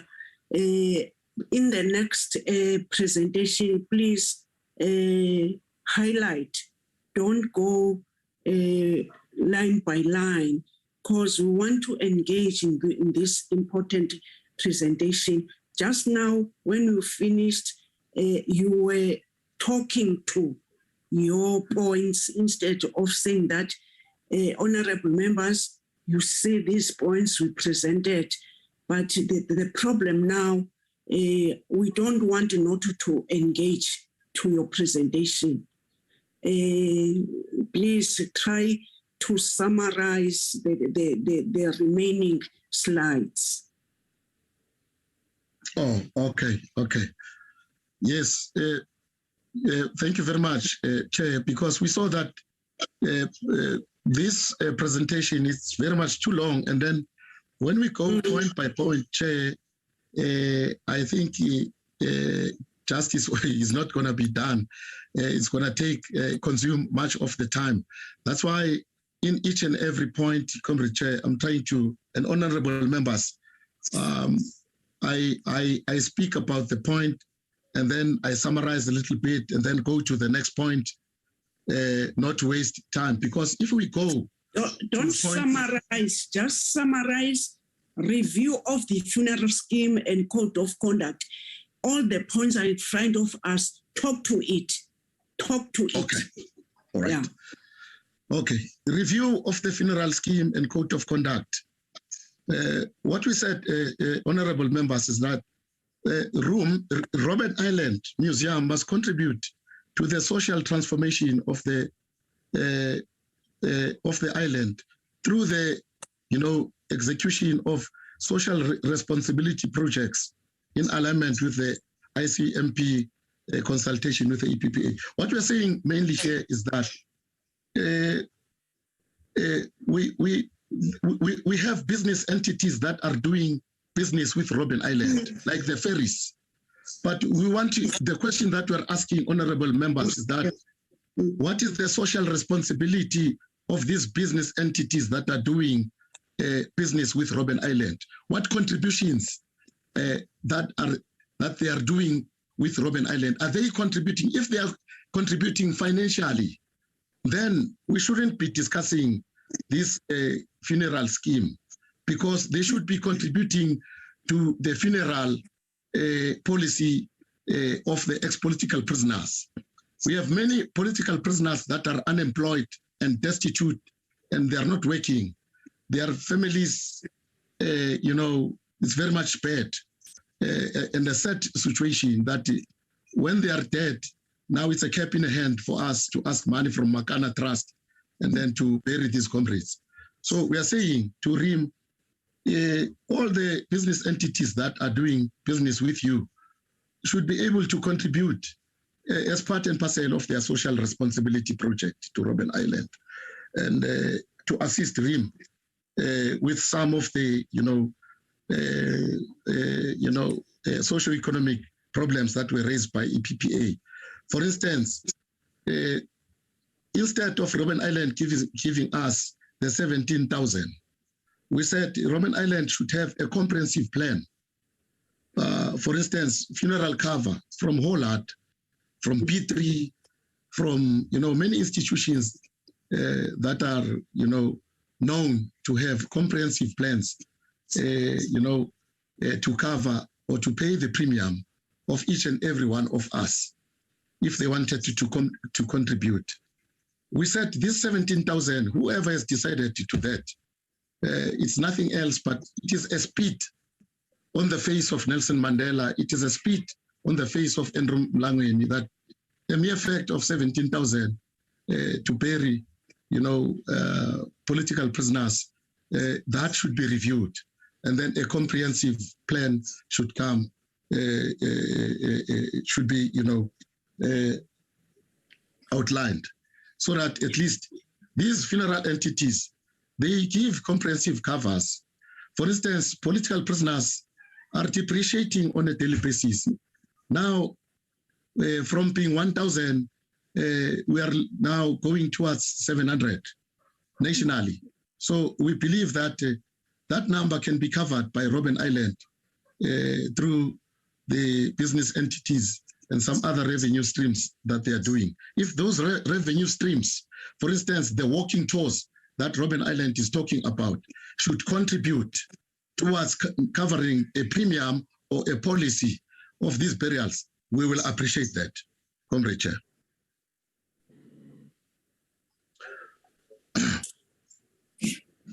Now, the database has already been submitted to Robben Island. They have our database, honorable members. And then we said the HR and the finance department should have a policy framework that covers all the EPPs with regard to, the premiums. And funding must come from the ticket sales or the ferries contracted by RIM. Point number 2, Chair, the intellectual property rights review and the Robben Island commercialization. As we said, that Robben Island has a checkered history of maritime contracts. And as a place of banishment, oppression, hard labor and torture. And Robben Island as having a multi-layered history of human rights suffering for freedom, and subsequently a triumph of victory over evil. The protection of the intellectual property of the following memorial sites, which was signed by a reference group that represented all phases of the struggle from the 60s, the 70s, and the 80s. We said to Robben Island, there is no we don't want Robben Island to be commercialized without the consultation of the ex-political prisoners. And and therefore the review of the property rights, therefore it is necessary on the following sites. Because now, when you commercialize Robben Island, you're violating all the heritage sites. We are interfering with the heritage sites and the legacy and the significance of these sites without any political significance. Now, we said, no, Robben Island is not for sale for anybody else, but it should be preserved as a cultural entity. Now, we have listed all the points that we said they should not be commercialized. And then that is why we spoke now, Comrade Chair, of the CEO spoke about the MOU, the Memorandum of Understanding between these two entities. That will culminate on when you speak about intellectual property, also we have also called for the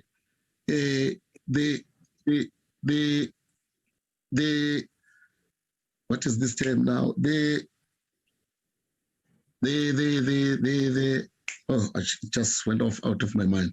But let me just continue, and then I will come back to it when I go on with the presentation. For instance, the quarries that provide stone, the stone quarries, the earlier prison structures, they know it, the Kramat building that were used as a prayer by the Muslims, the graves of both the known and the unknown. During the 60s, the leprosy, one comrade spoke about the leprosy, they are buried there. Now, this is the intellectual property, and then we said some of those things should not be commercialized. The mental asylum facilities, which was used in 1846. The churches that cared for the sick, the recorded memories, such as the interviews. I would like to say something about that here, Chair.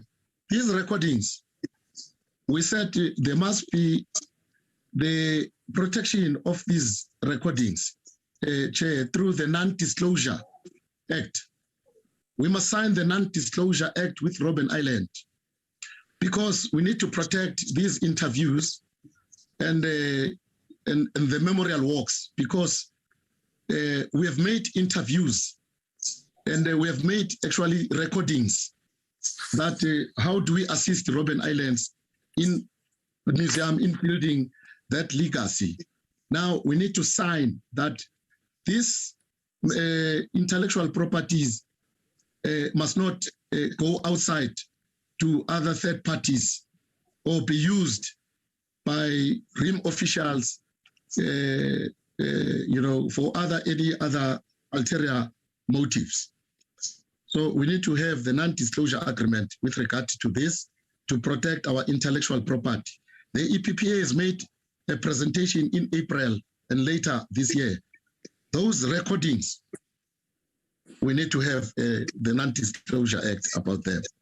Now, the village that was the home to the prison guards also, the stone and the lamb quarry and the jetty one and the prison boats.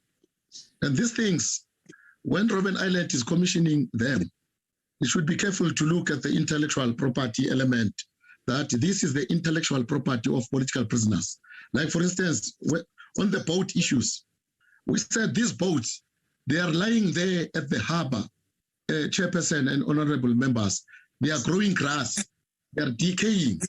We said these boats, actually, they have the political significance of helping RIM to raise financial revenue streams. They should be taken back to Robben Island in the harbor there to be displayed for exhibition purposes. Because all political prisoners, when we descended to Robben Island, we went there through Susan Cruise. These boats are not luxury boats, but these boats are prisons. Underground, under those prisons, when you go inside that boat, it is a prison. Now, you cannot just ignore and destroy such a very important legacy. From the 60s, Oshumatu, whoever, and Dias were inside those boats. So now we said these boats should be preserved, should be removed from the harbor and be taken back to Robben Island and be refurbished. Sponsorship should be occurred, and then they should be, exhibited there instead of them rotting at the harbor. That's why we put this point, Comrade Chair. And then the number 11, which is very much important, Comrade Chair, the tracks that political prisoners walked. Actually, I heard the chairman saying it started in 2015. No, it never started in 2015, Chair. We made a presentation since from 2013 with the late Dr. Vijay Ramlakan to the previous CEO. He was a white guy, Odendal, yes, Professor Odendal, actually. We spoke about these walking paths. And if you can listen to our recordings that we gave to Robben Island now, the significance of these paths, that we are going to rename these paths, walking paths, with the names of the unsung heroes. It is recorded, it is there with them. So now it is the intellectual property that we said it belongs to political prisoners. It needed to be protected. So if RIM is going to use part and parcel of that as a revenue stream, generating revenue streams, we thought we are going to be consulted into that. Because now they put the financial figure, of which I had honorable members there, they objected to say the price exclude a lot of the people, especially the poor and the vulnerable. They don't have money to go into these walks and then to experience the walks. Now, that is commercialization to us. We are commercializing this project because we wanted to say something on this. My leader, now your time is over. It's 12 o'clock. The administration, they did add 5 minutes to your presentation. And then they've indicated to me that I must stop you at 12 in order that you must engage. I'm suspecting as this committee, this is the first of kind to get this. And when we're doing oversight and monitoring, we'll take all this presentation, especially that we're having a document. This is not the first and last. This is the beginning of year prioritizing that we must put you in the agenda of we'll be doing a follow-up when there are MOUs. Would love that Department RIM and your good self must come back and report to this committee. So you must not feel bad. We want that now. I must give it to the members that we must engage with your input, and seemingly RIM were still having outstanding questions. I was thinking then that members were going to say, because I was also having a question saying that, can we be given a clarification of the cancellation of investigation? And to your presentation, you also talk about that. So let's have now the way of engaging of both the overlapping questions which are outstanding, and members must engage with your presentation. Let me take this opportunity to thank the very passionate presentation. We are not just presenting it, it's just inside you. That's why we don't have enough time, and correctly so. This presentation is telling us something that together we must find the solution in the way. Thank you, Mr. Masemula, for understanding. And now I'm giving to the honorable members that they must engage with your presentation. And I'm promising these members, when they are doing their oversight, after you are not here, they are going to say to me, let's call another meeting. We are promising you. Honorable members. I thank you very much, Chair. Because as I indicated before, Chair, these points are very long. They're going to take more than 2 hours. But I really appreciate that at least half of that has been presented. You listen to us, but the details are there. We hope that honorable members will make justice into this. Thank you. Thank you so much, honorable members. With due respect, I'm giving you the time of doing what you are good at. And I wanted you that also the department and the RIM, they know the outstanding questions are just emerging even in this presentation of our political prisoners.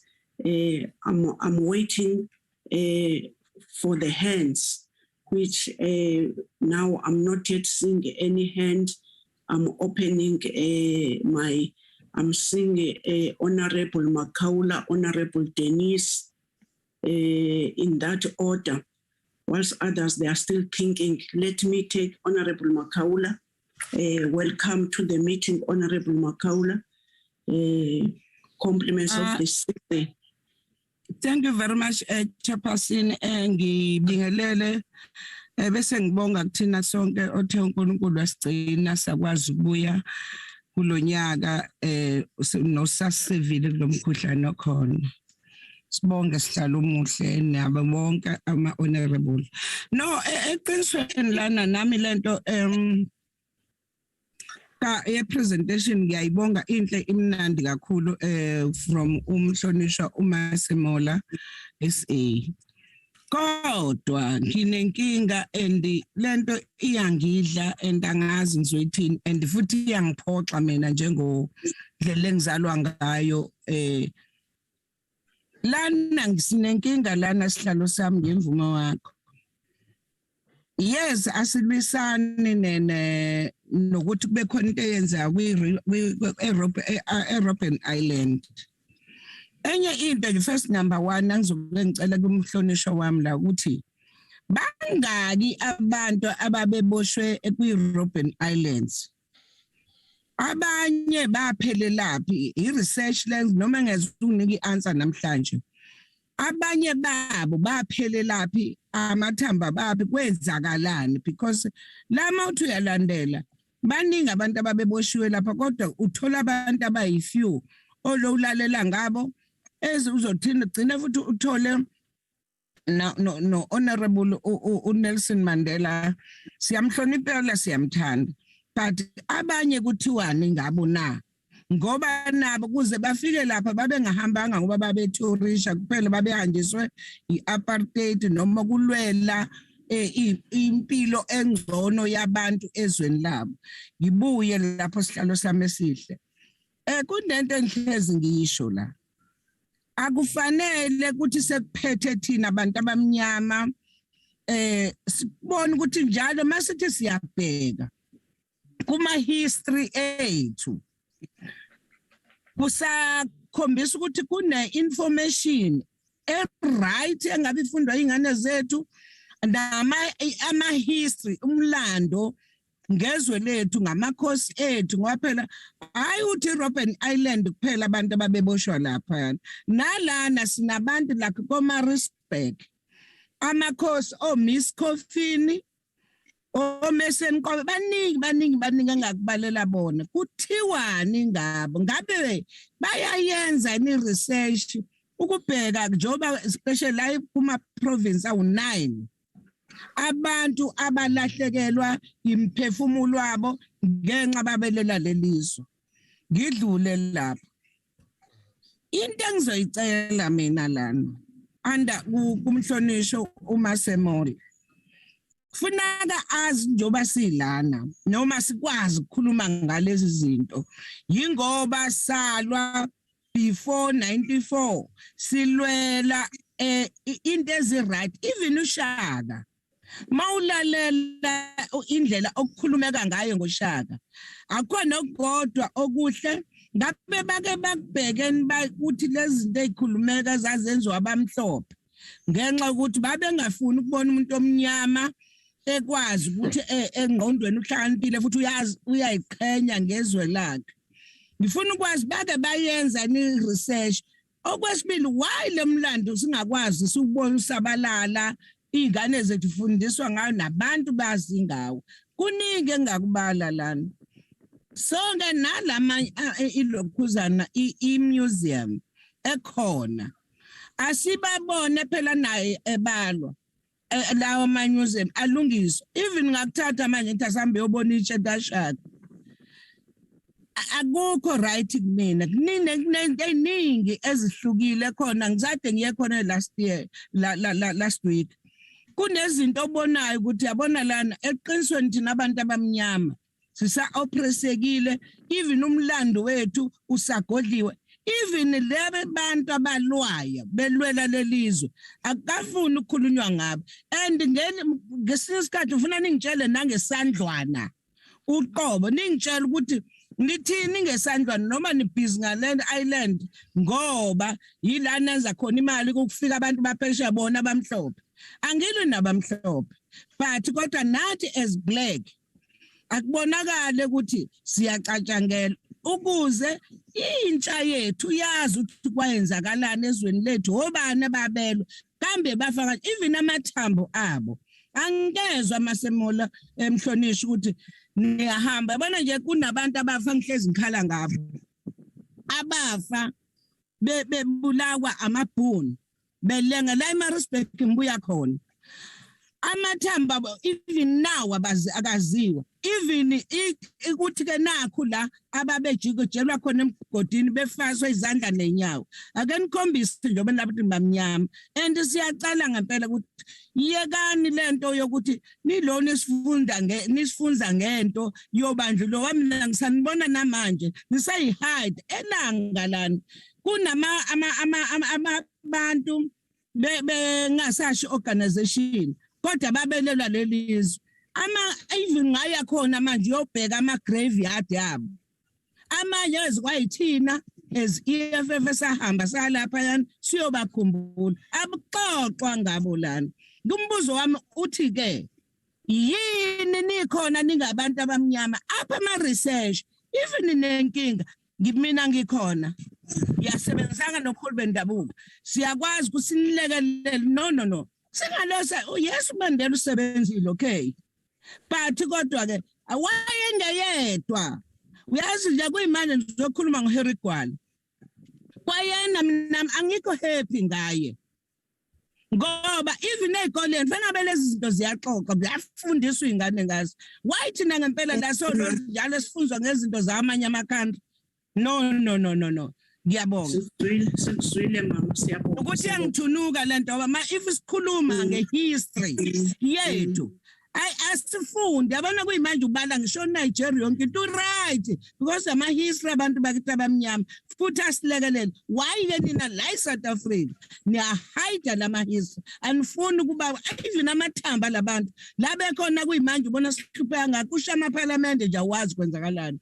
Ayakhala la mathamba bafaka kabuhlungu laba bantu abanye babephonswa phakathi laphayana elokhuzana Robben Island kodwa nixoxe ngabo abanye basemgodini benqanyulwa amakhanda beboshwe insimbi nenyawo kukhulunywa nini ngabo.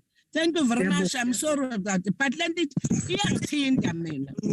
Yeah, isithinta sonke mama. Yeah, siya understand mama wami. Honorable Dennis. Thank you, Chairperson, and thank you to Mr. Masimola for the presentation and your dedication to this course. I would like to say to you, sir, the point you raised about RIM and Mandela Day, I would like to say use the Mandela Day to bring the people together, ex-prisoners together. Don't wait on RIM for approval of that. I mean, there are things you can do yourself without the permission of RIM or from your own initiative to start that process. But honoring Mandela Day, but bringing everyone else who was linked to the history of Robben Island together on Mandela Day. Chairperson, it brings me to the point of the researcher. In one of the slides on the previous presentations, there was no researcher because the person, I think, died. So I think we need to just get on to why is there no researcher, and all the information shared by Mr. Masimola actually should also from RIM side and the department side be followed up with the research, because we need also a lot of these evidence-based. Chairperson, my question was also, is there already a database? We've heard about numbers, but is there names? And I think I support that when people come to the island, they should know what is the full history.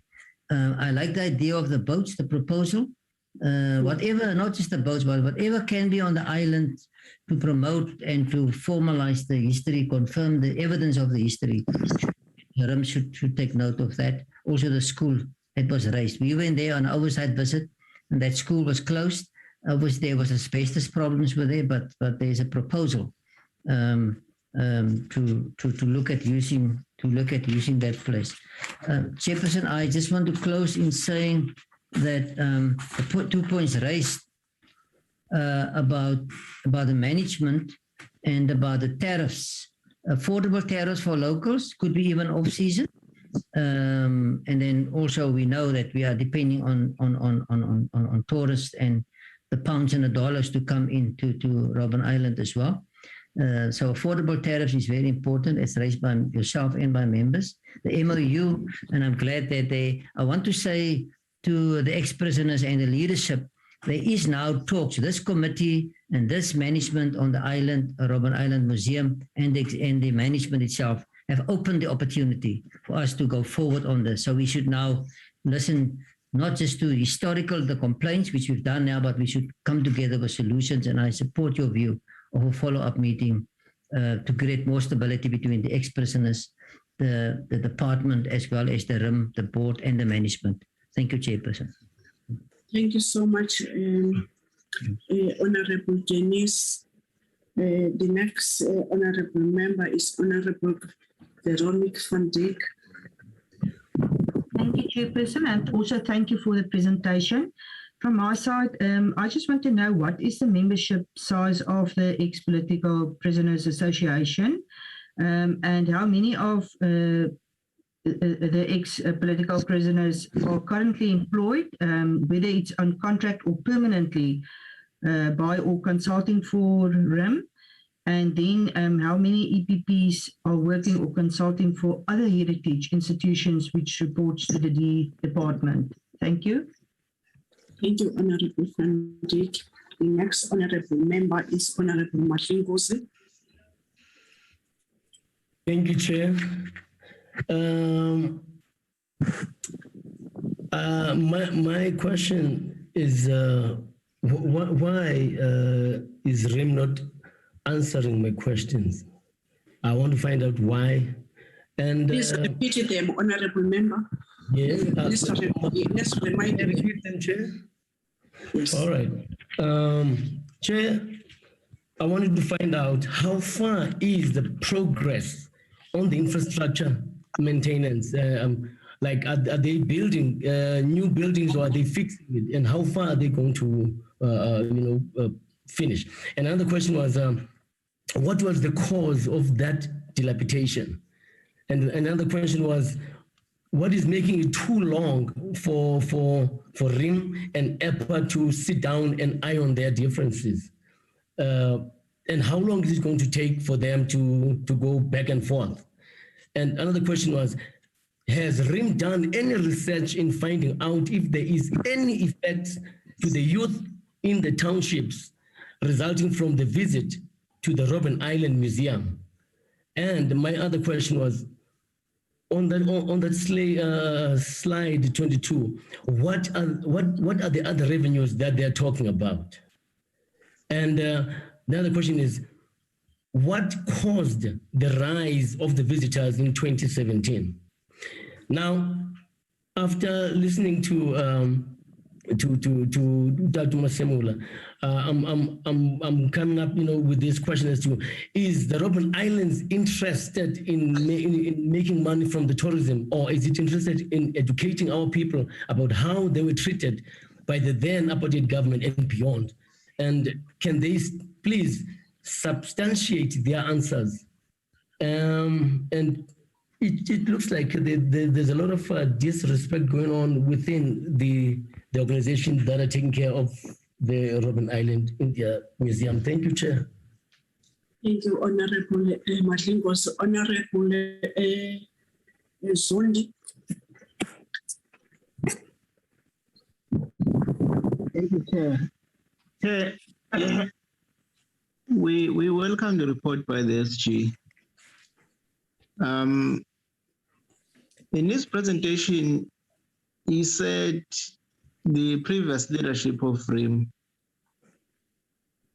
was biased in dealing with the issues they raised with them.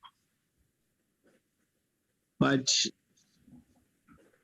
I was listening to his narrative, and I was reading the whole presentation. There were so many. In fact, I think there are so many sensitive matters raised on the presentation, which you don't need to just respond haphazardly when you are dealing with them. Sure, I don't know what the department is going to say, but my proposal would be the association and RIM need to create a conducive platform for discussion where these matters are going to be raised and responded to, where the issue is financial. The RIM should be upfront to say we have these financial challenges, and also challenges that are non-financial issues should be dealt with accordingly. But I strongly believe that a platform needs to be created for both sides to debate, to discuss, and come up with a concrete resolution on how we deal with on how to deal with all the issues raised by them. It cannot be maybe us as the portfolio committee, but it can be the department, it can be us, but we need to have that platform that is going to deal with the issues they are raising, because RIM will also raise her side of the story. So that we should come up with a way forward, because we can't have a situation where the association is talking on the other hand, and RIM is talking on the other hand. We need to bring them together in one a room, so that we find a common goal on all the issues that they are raising. Honestly, that's my plea, Chair. Thanks. Thank you, honorable members. Honorable members, I want to take this opportunity also to thank the input, collective input of political presence.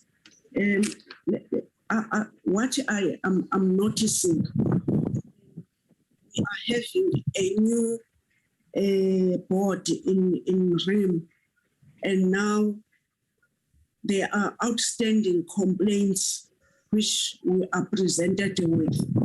I would love with the collective of these leaders who are here, starting from the department, RIM, ex-political, and then our good selves as oversight people, that can we give this new board a chance to take all what were presented today.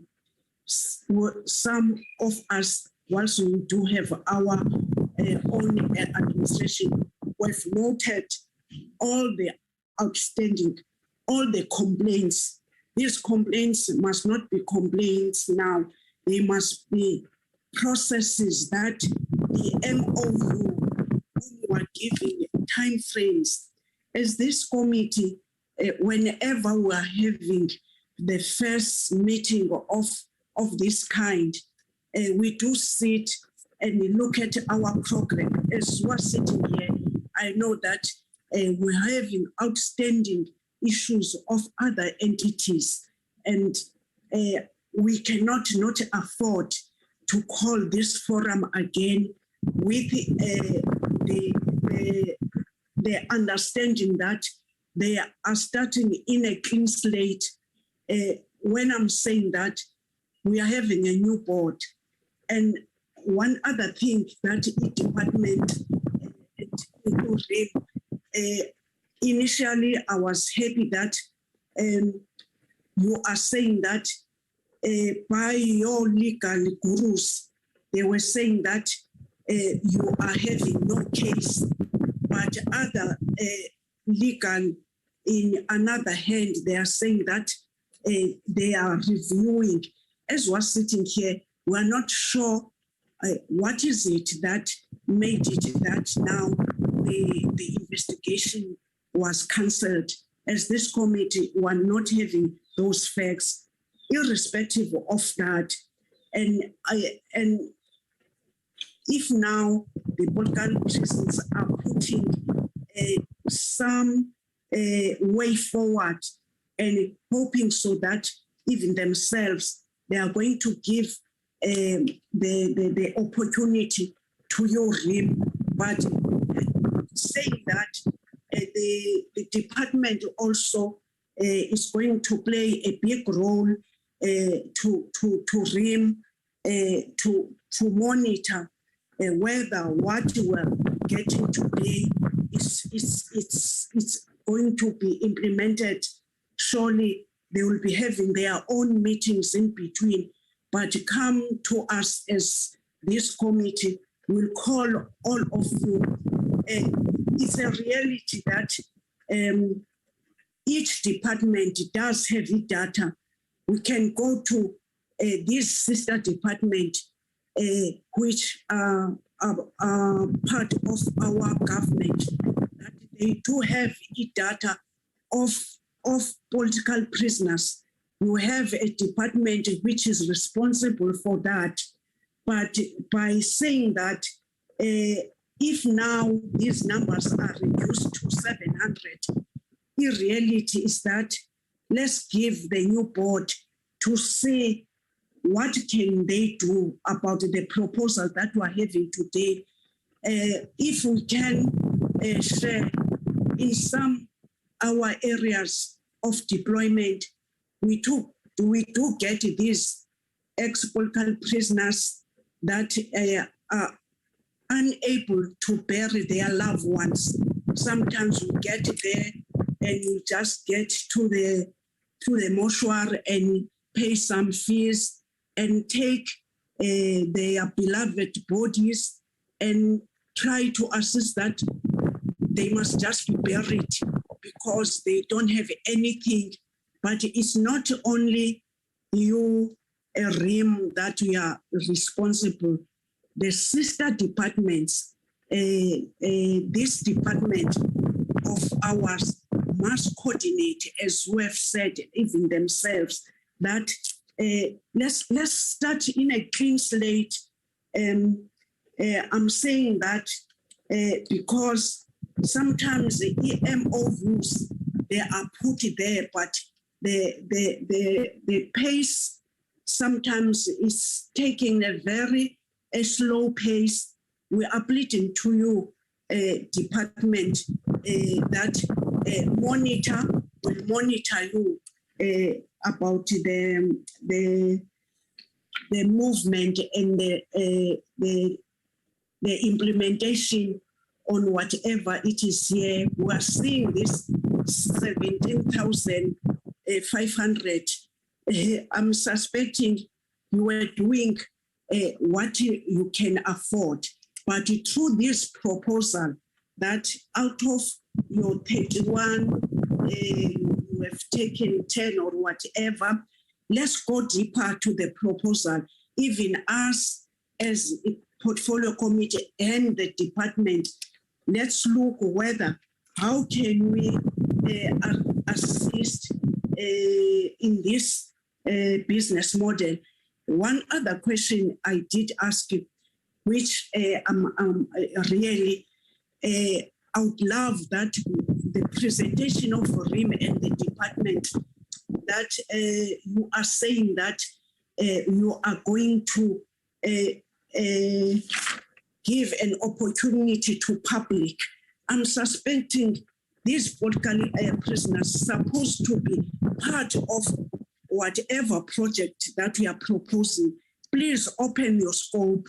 Let's start in a fresh slate. Maybe your scope was too close. They were closed. Open it in order that coming back for our follow-up, we must hearing all-inclusive community, public communities that they've taken part in whatever you are trying to do. We are going to give you support through our department RIM. We're going to give you support to implement whatever you can. And if you don't, you must tell us when we're doing the oversight, the reasons. Can I give it to the department and RIM?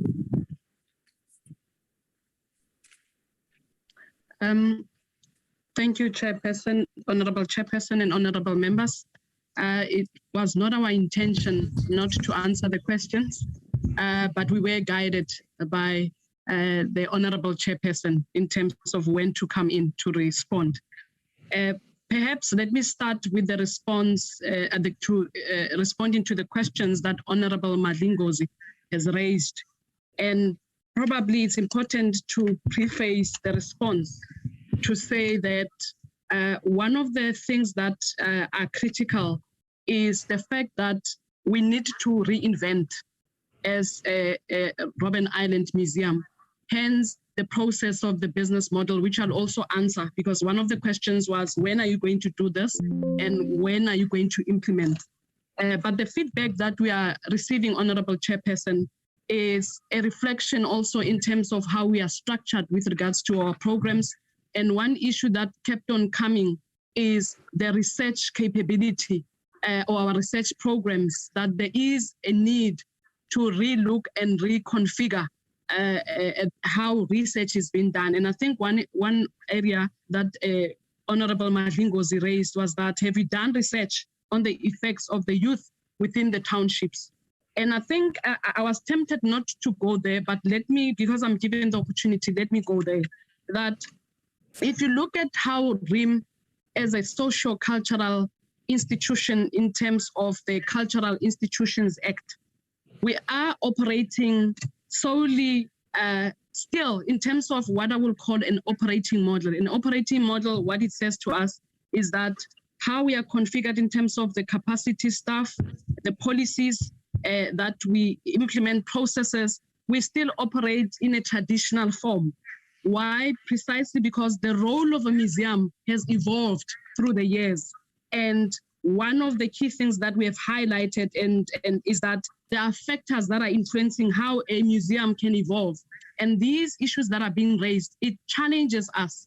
It forces us to introspect and say, are we still relevant? Because the current business model says we are arranged the way we are, but we have realized that since COVID has taught us to be amenable and also to be agile enough to changes, to inform our programs, to inform how we deliver on our mandate. This feedback we really welcome as RIM, and it will assist us to move forward.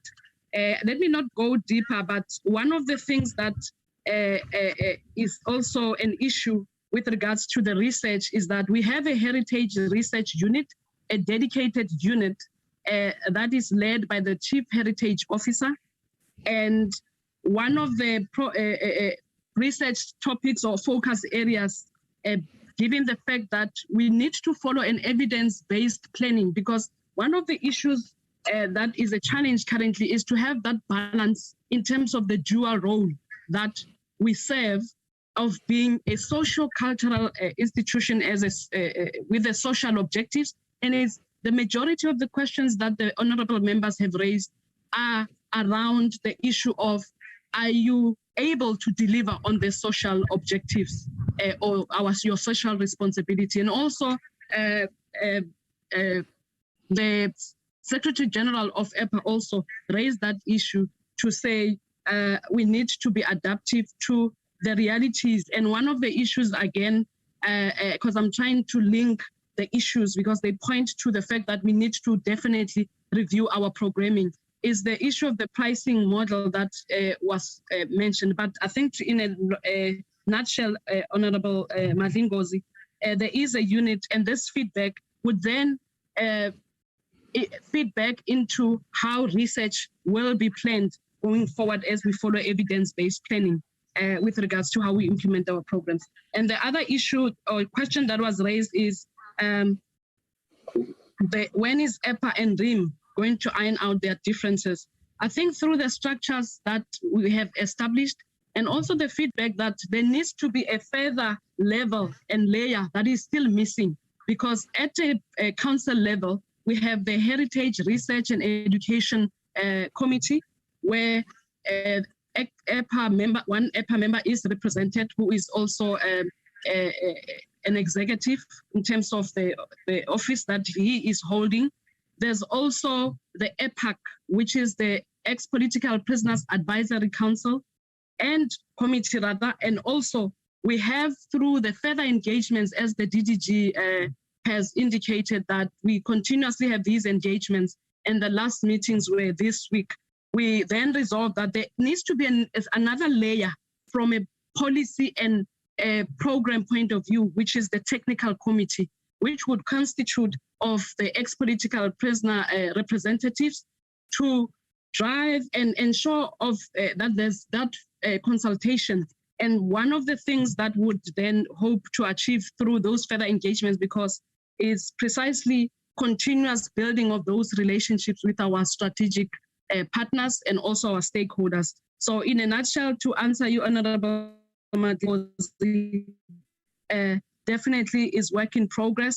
And as we establish all these governance interface structures, as well as the instruments such as the MOU, we will definitely iron out. But further to your question, you said when? Because of the fact that definitely we need to ensure that we don't continuously engage, but also translate the engagements into delivery. Those are some of the things that we are looking at.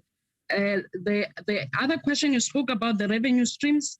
What are the other revenue streams? I think it talks to the slide on the revenue, which is the second bullet in terms of our annual financial statements that we showed.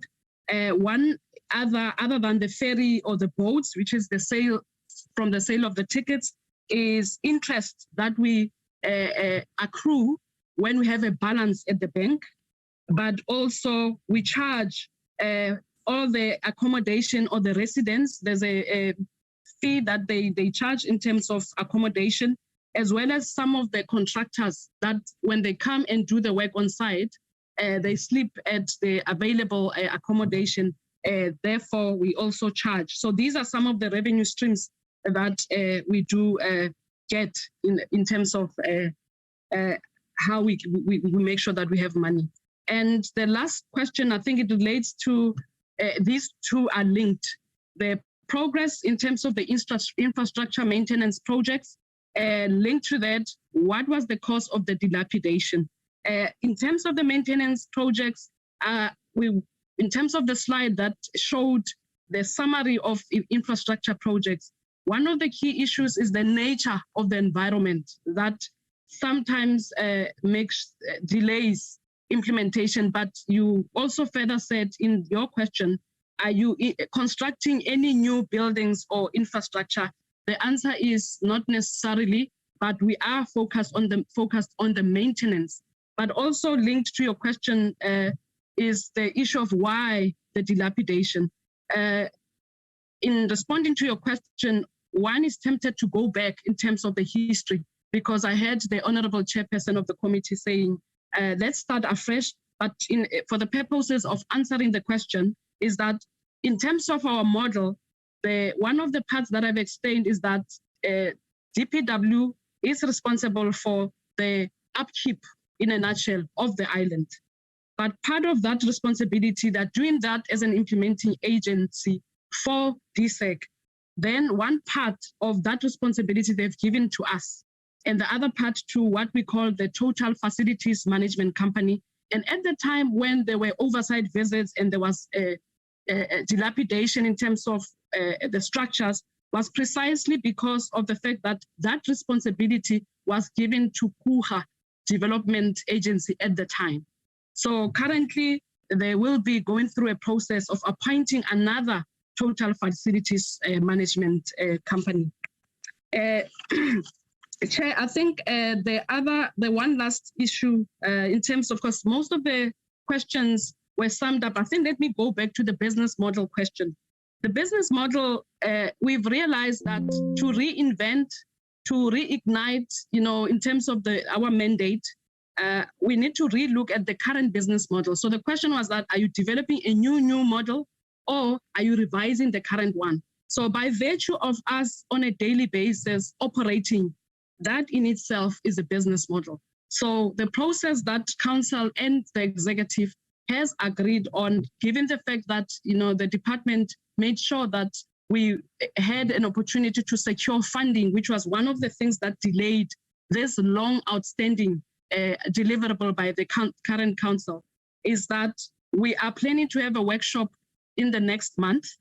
And because there is a need to ensure that we take into consideration all the stakeholders that will be impacted by this new or proposed, rather, revised or revamped, for lack of a better word, business model, there will be consultations. But the intention is to have a phased approach in implementing the outcome of that process in terms of deliverables.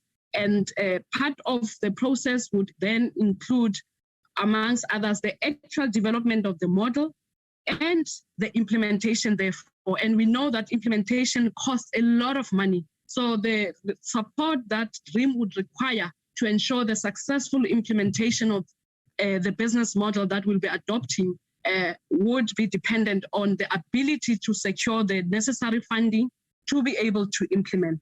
So I think, Chair, I'll pause there in terms of the questions, and I'll be guided if we still missed the other questions. Any other intake? Chair? Who's calling, Chair? Okay. Okay. Just to add on to what the CEO said, I think one question that was raised relating to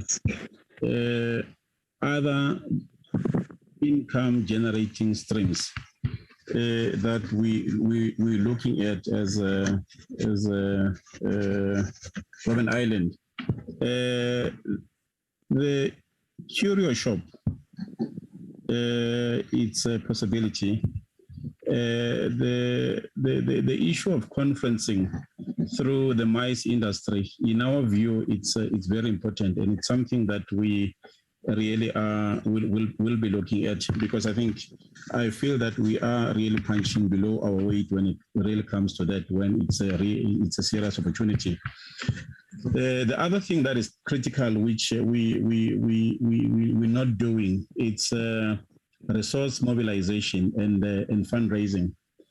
In my view, we really require a robust fundraising policy or a resource mobilization strategy. And these are things that have been discussed within Council to say we need to look at that. There are organizations that have pocket loads of money that can assist your Getty Foundation.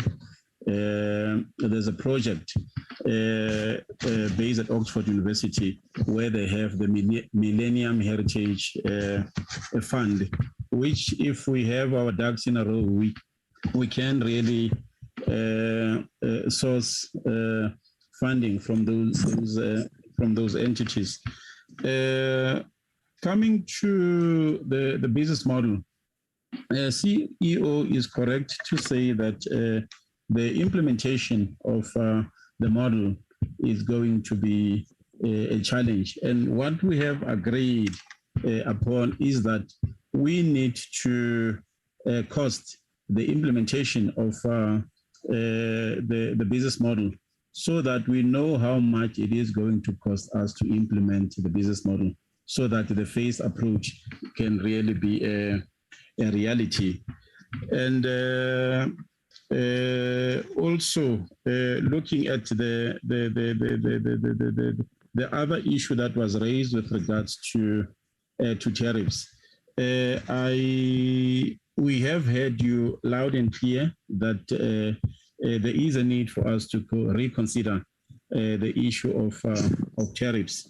And given the fact that this is a pilot project, I don't think it is going to be a challenge to review all of that, because part of what we need to do, particularly with regards to consultation, there will be a lot of market research that we undertake, looking at the pricing strategy, looking at how we position ourselves as an institution. So all those factors will be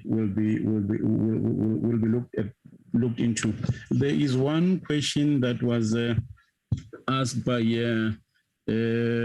Honorable Veronica with regards to possibility of moving the archives back to Robben Island. It's an interesting question, given the fact that just before COVID, we undertook a feasibility study looking at a possibility of having a mainland museum that will accommodate, among others, instances where we have a no-boat day, where you find that people come to the island, come to NMG, but because of the weather, they are unable to visit the island. So the possibility of having a mainland museum will maybe assist in terms of that, and maybe the possibility of having those archives moved to that facility are a possibility. So these are some of the things that we really are looking at as council.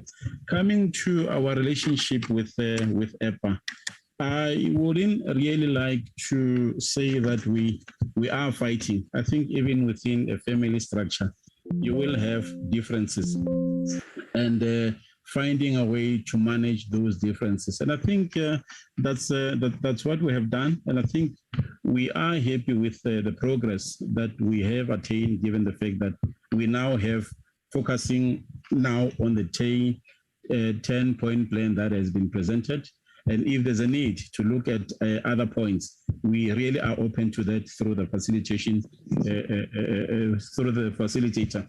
And we also say that we need to have a schedule of meetings so that we are able to say that these are specific days, dates that we'll be meeting with F, discuss matters of common interest. And I think that will be done at the level of the facilitator and done at the level of the committees, because what we need to do is to differentiate between issues that are of an operational nature and issues that are of a strategic nature. With the MOU being drafted at the moment, I am of the view that a lot of strategic issues will be out there in terms of how we're going to regulate our working relationship, so that we also are able to identify roles and responsibilities in terms of who does what and at what stage. And yeah, those are some of the things that I thought maybe I could really add on. But my parting shot is that the issue of pricing, it's really something that will guide the outcomes of the consultation, will guide the type of price that we likely to come up with. And we need not confuse the current bus tours, because this product is not going to interfere with our current operation, but it's an add-on to what we do as an institution. Thank you, Chairperson. Thank you, Kinsani.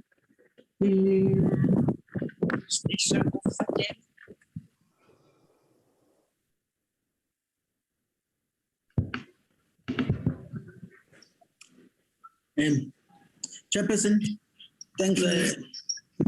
From our side as a department, I think we just want to indicate again our commitment to continue to work through the task team that has been established to ensure that there is a cordial and enduring relationship between the parties, IPA and the RIM.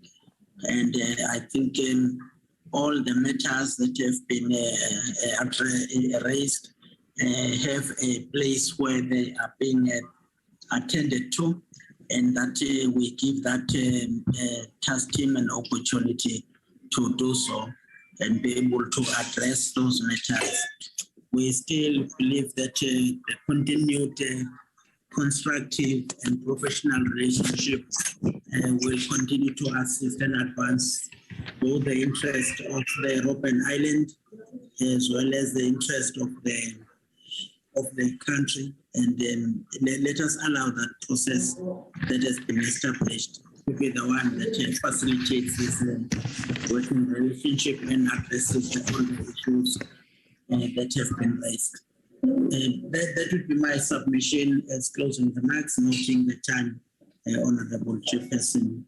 Thank you very much.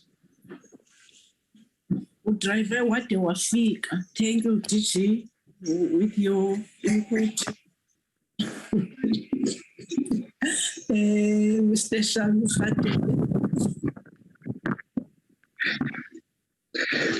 Thank you, Chairperson, and honorable members and members who are and colleagues who are there.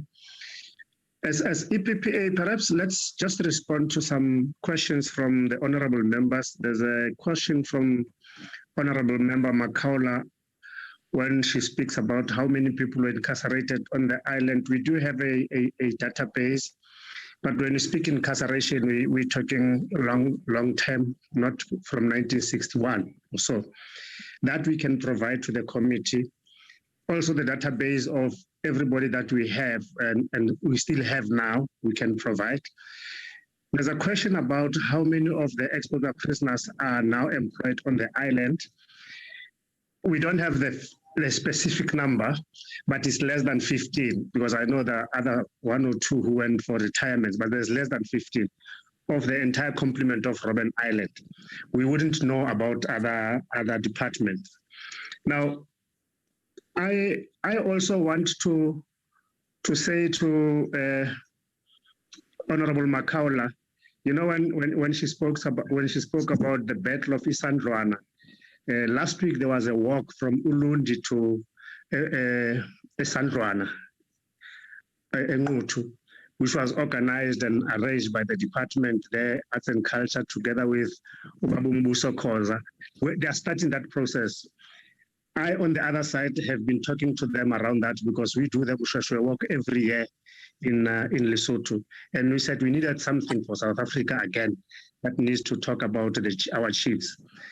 But having said that, you know, the issue of the Ex-Political Prisoners Association Advisory Committee comes up as though it's an effective and active structure. That structure last met in 2018. And the previous board cancelled that structure because to them it was a structure that gave them problems. It has never seen any sitting since 2018, and it has not been working. But there is work in progress in relation to the intervention. But we must also maybe now applaud the minister or the ministry for having an intervention, because for EPPA to get an audience with RIM Council or RIM management, we have to get intervention from the minister. And we're repeating this thing, it's always happening. But it's good that now there are structures that are put in place. We would also want to say that we have raised the issues of financial issues with Robben Island. Robben Island at the time had 2 boats last year when we were there. They had Madiba 1, they had Kratoa.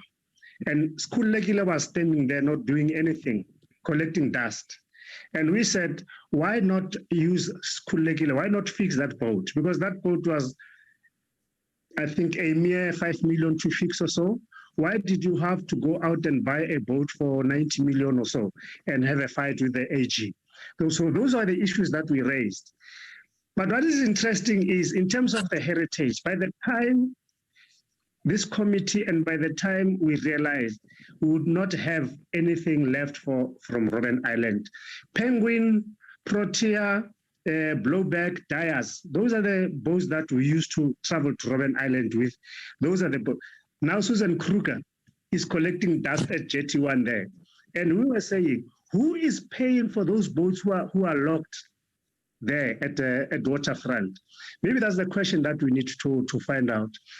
But the other issue that we wanted to raise, it's good that now the committee is going also advising that issues that are falling outside the mandate of RIM must then be addressed at a broader forum. And we're happy to hear today that there's a task team that is consisting of other departments. You know, there are issues of social welfare that are falling outside the mandate. And we've always said, can RIM or can Arts and DAC bring these departments together? And at some point we were told, no, go on your own and talk to those structures.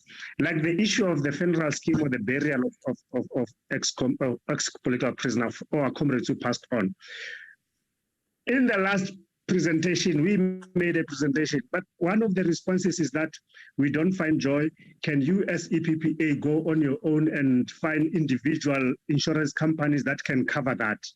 But we don't have guarantees as to who's going to pay for that. So those are the issues that at most times, and we've always said, we hope this relationship, this cordial relationship, this building that we're doing now, we said that to the DDG even last year in November. We hope it's not an academic exercise, nor a compliance approach. Because if it's a compliance approach, we are not going to sit down and fold arms and say, no, let it happen. Last week, we had this meeting with RIM because of the working tours, because of the issues in the media. And that's why they call this meeting.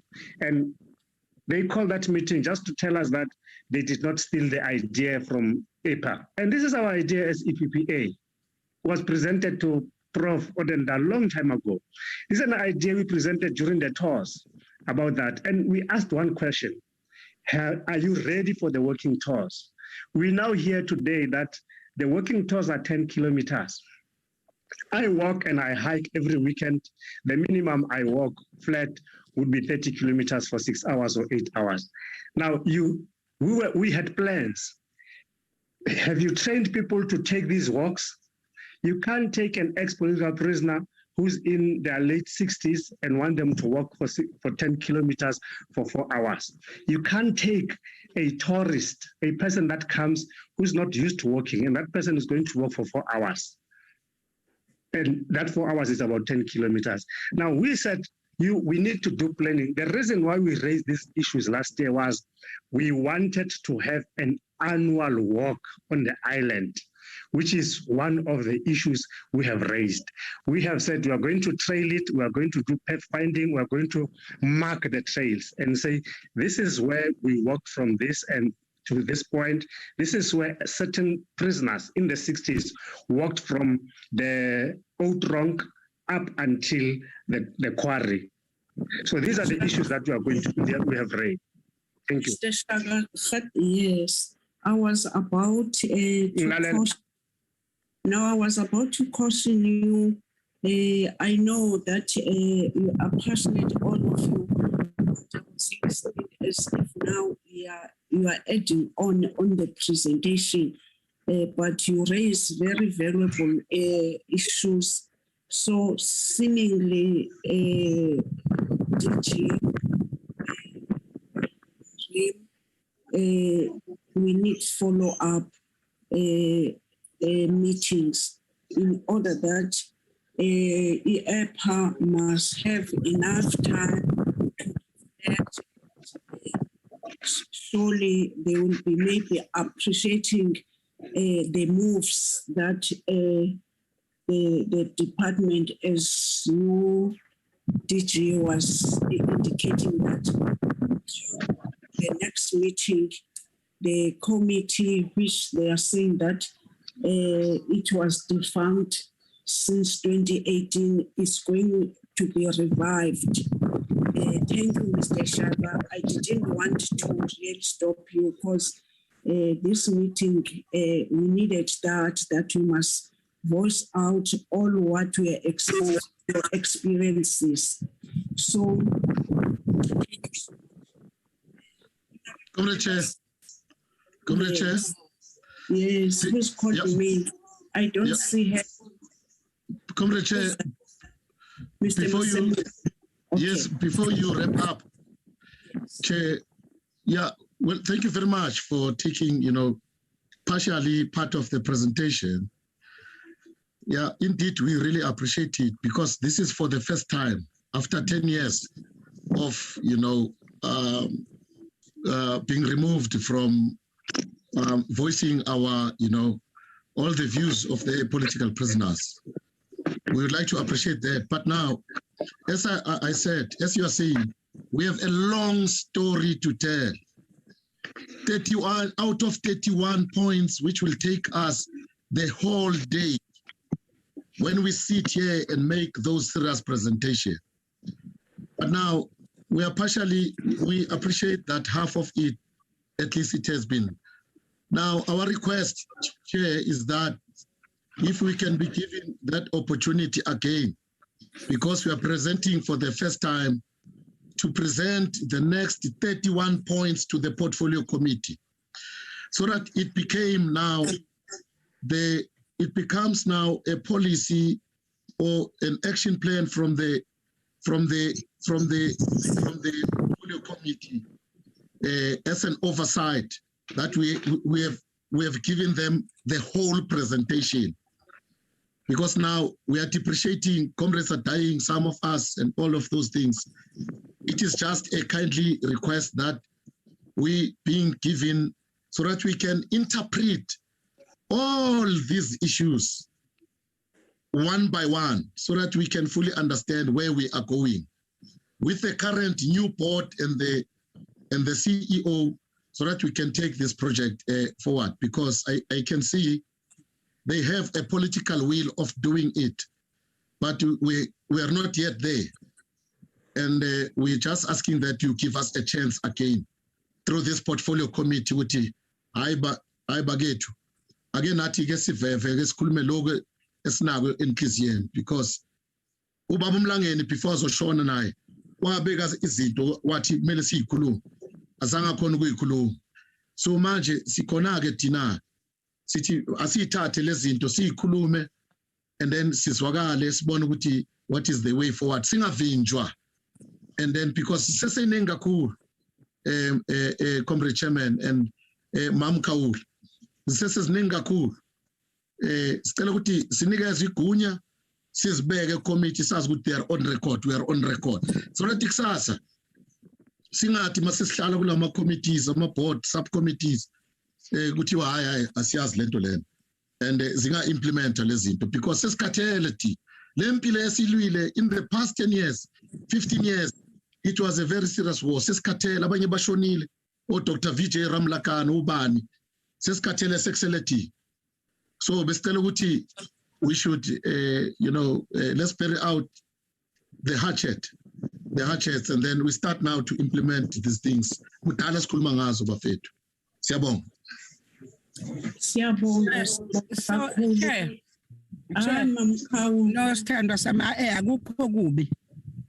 Mina ngithi angibonge kumhlonishwa uMasemola, because lezi zinto engikhuluma ngazo naye ziyamgulisa and uyafuna ukukhombisa as a black ukuthi sixoxe ngazo, kungabi bikho ukuthi sixoxa ngeside eliwana.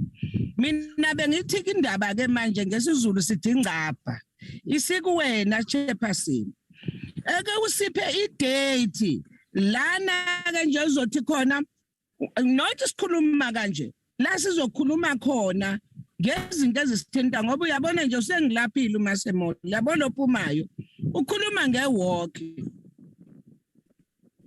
kanti thina la we are not talking about walk, thina sikhuluma ngabantu ababulawa ngesikhathi apartheid, ukuthi kwenziwa iwalk kwenziwana ayizukusiza leyo nto. Sifuna ukukhulunywa ngabo ihistory yabo 9 province bangasekubalele nje, mhlambe kwawena ukhona nowakini owafayo wayilwela ngikhuluma ngokhokho bethu thina. Even uMiss Coffin ngiyafuna bakhulume ngawo, omeseni baningi engakubalela bona che. Yingakho ngithi ngiyacela usenzele lana nje izoba khona kuthiwa nje sizoxoxa nje na ubhuke ikhona imali ka-government, abakhokhi bentela abayikhokha imali la sizoxoxa khona. Mina lento ngiphatha ukuthi ngihlale kuleli committee, but kodwa ngithola ukuthi thina abantu abamnyama ihistory yethu noma umlando wethu uyafika nengqalabutho kwizona zona ezalwela lelizwe. Even now umhlaba kwabuyeli kubantu bakithi ngenxa yokuthi kunezinto ezifikile ositshelwa ngezinto zabamhlophe laba kuyibona bona babesilwela, sisahlala emkhukhwini sisahlupheka through lama history yethu anjani asafikile. Ngeke sife njengobaba omkhulu. Ngiyabonga she. Siyabonga Mama Khawula. Udaba likhulu lumzulu mama. Honorable members,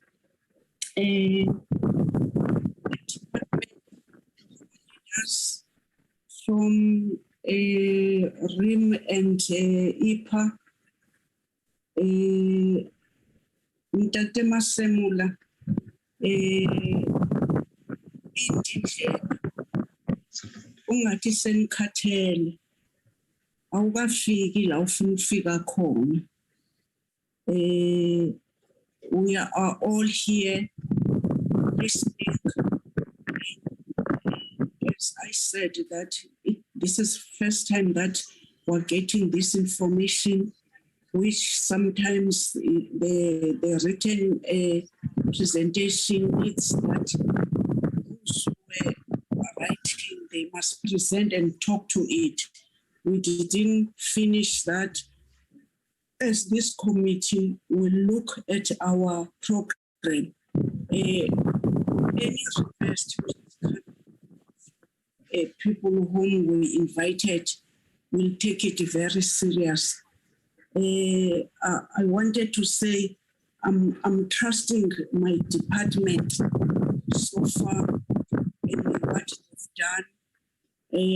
I'm trusting that we are given a chance, the new board, that what they've presented today to us.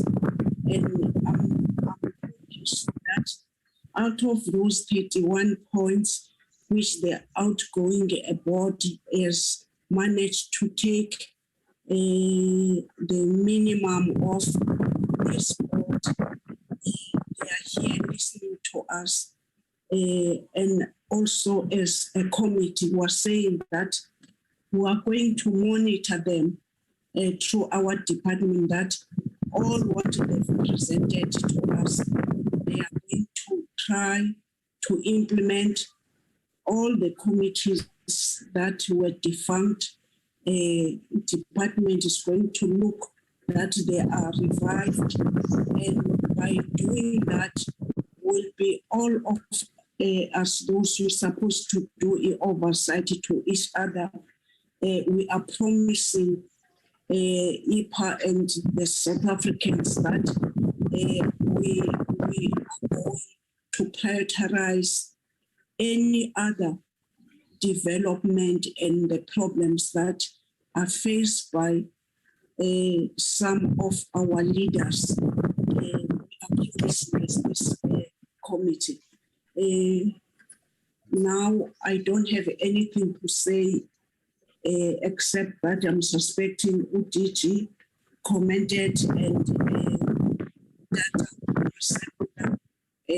and now I want to release all of you, because you are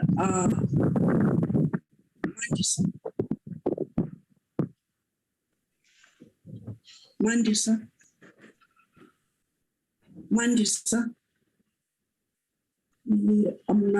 Chairperson, just a small thing, Chairperson. I hear Chairperson keeps on saying the new board. So I'd like to put that into context, Chairperson, to say it's the new executive, as we said, collectively, we in the majority, we have new executive. The board is a board that has been there since 2019, but it could be correct to say there is a new board that may come depending on what will happen in June this year, as I reflected that the term of the board comes to an end in June. Thanks. Thank just you. to So keep much. the record straight. Yes. Now, let's correct our minutes and our discussion. Thank you, Mandy.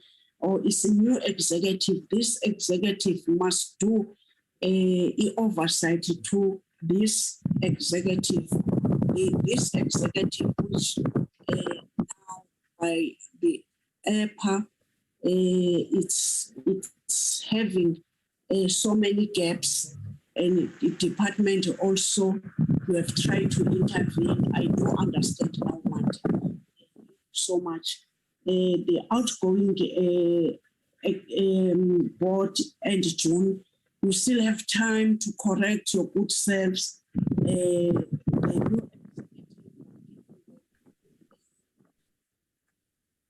The task to look after this outgoing executive, that they must try to fast track whatever they are hearing that is being outstanding through the department and you new executive. Thank you for that correction, Mandy. And now we are coming to end the meeting of today. I'm trying to check with the secretaries that we are still having one item in our agenda, which is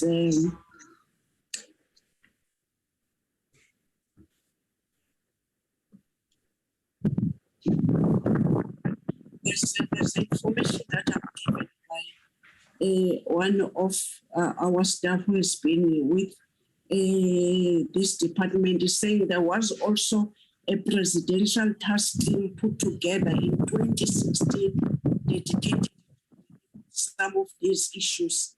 I'm suspecting department, that's some of your oversight that you are putting, that the new executive must deal with the outgoing executive. June is still far.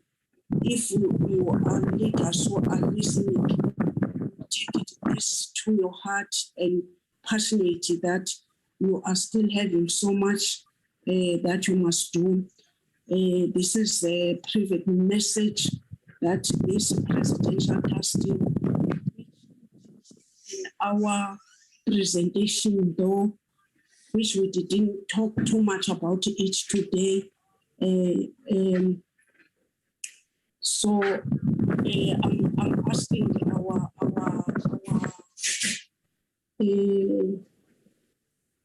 what do you call our members that we must adjourn the meeting without finishing our agenda. Now it's past 1 o'clock.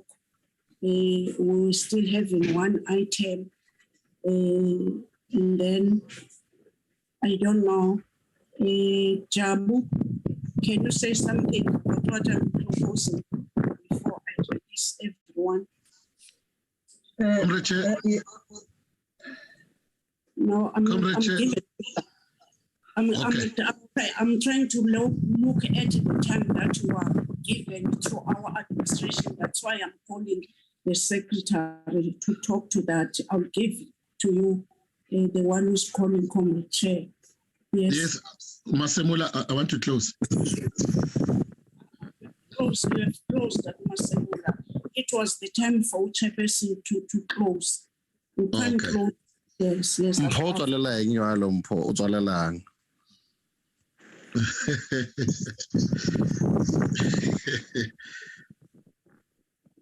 Good day, Chair. Should I project the program, Chair? Yes. Okay.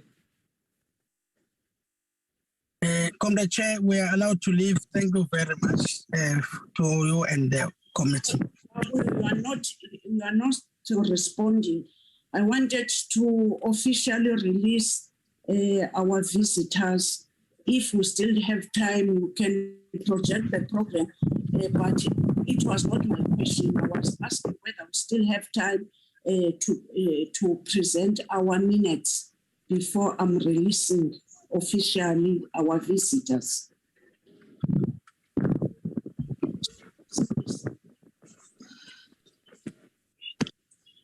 Jabu? Yes, sir. Listen is a skill. I just want an answer, not projecting of the agenda. Okay, Chair, we did not send out minutes for today, Chair. There was no adoption of minutes in the program for today, Chair. Now I must close the meeting, Chair. Thank you very much. Yes, Chair, you may. And then we can adopt the program next, Chair, in the next meeting. No, there was no need of projecting. With that note, thank you so much. It was a very fruitful day and a very fruitful engagement.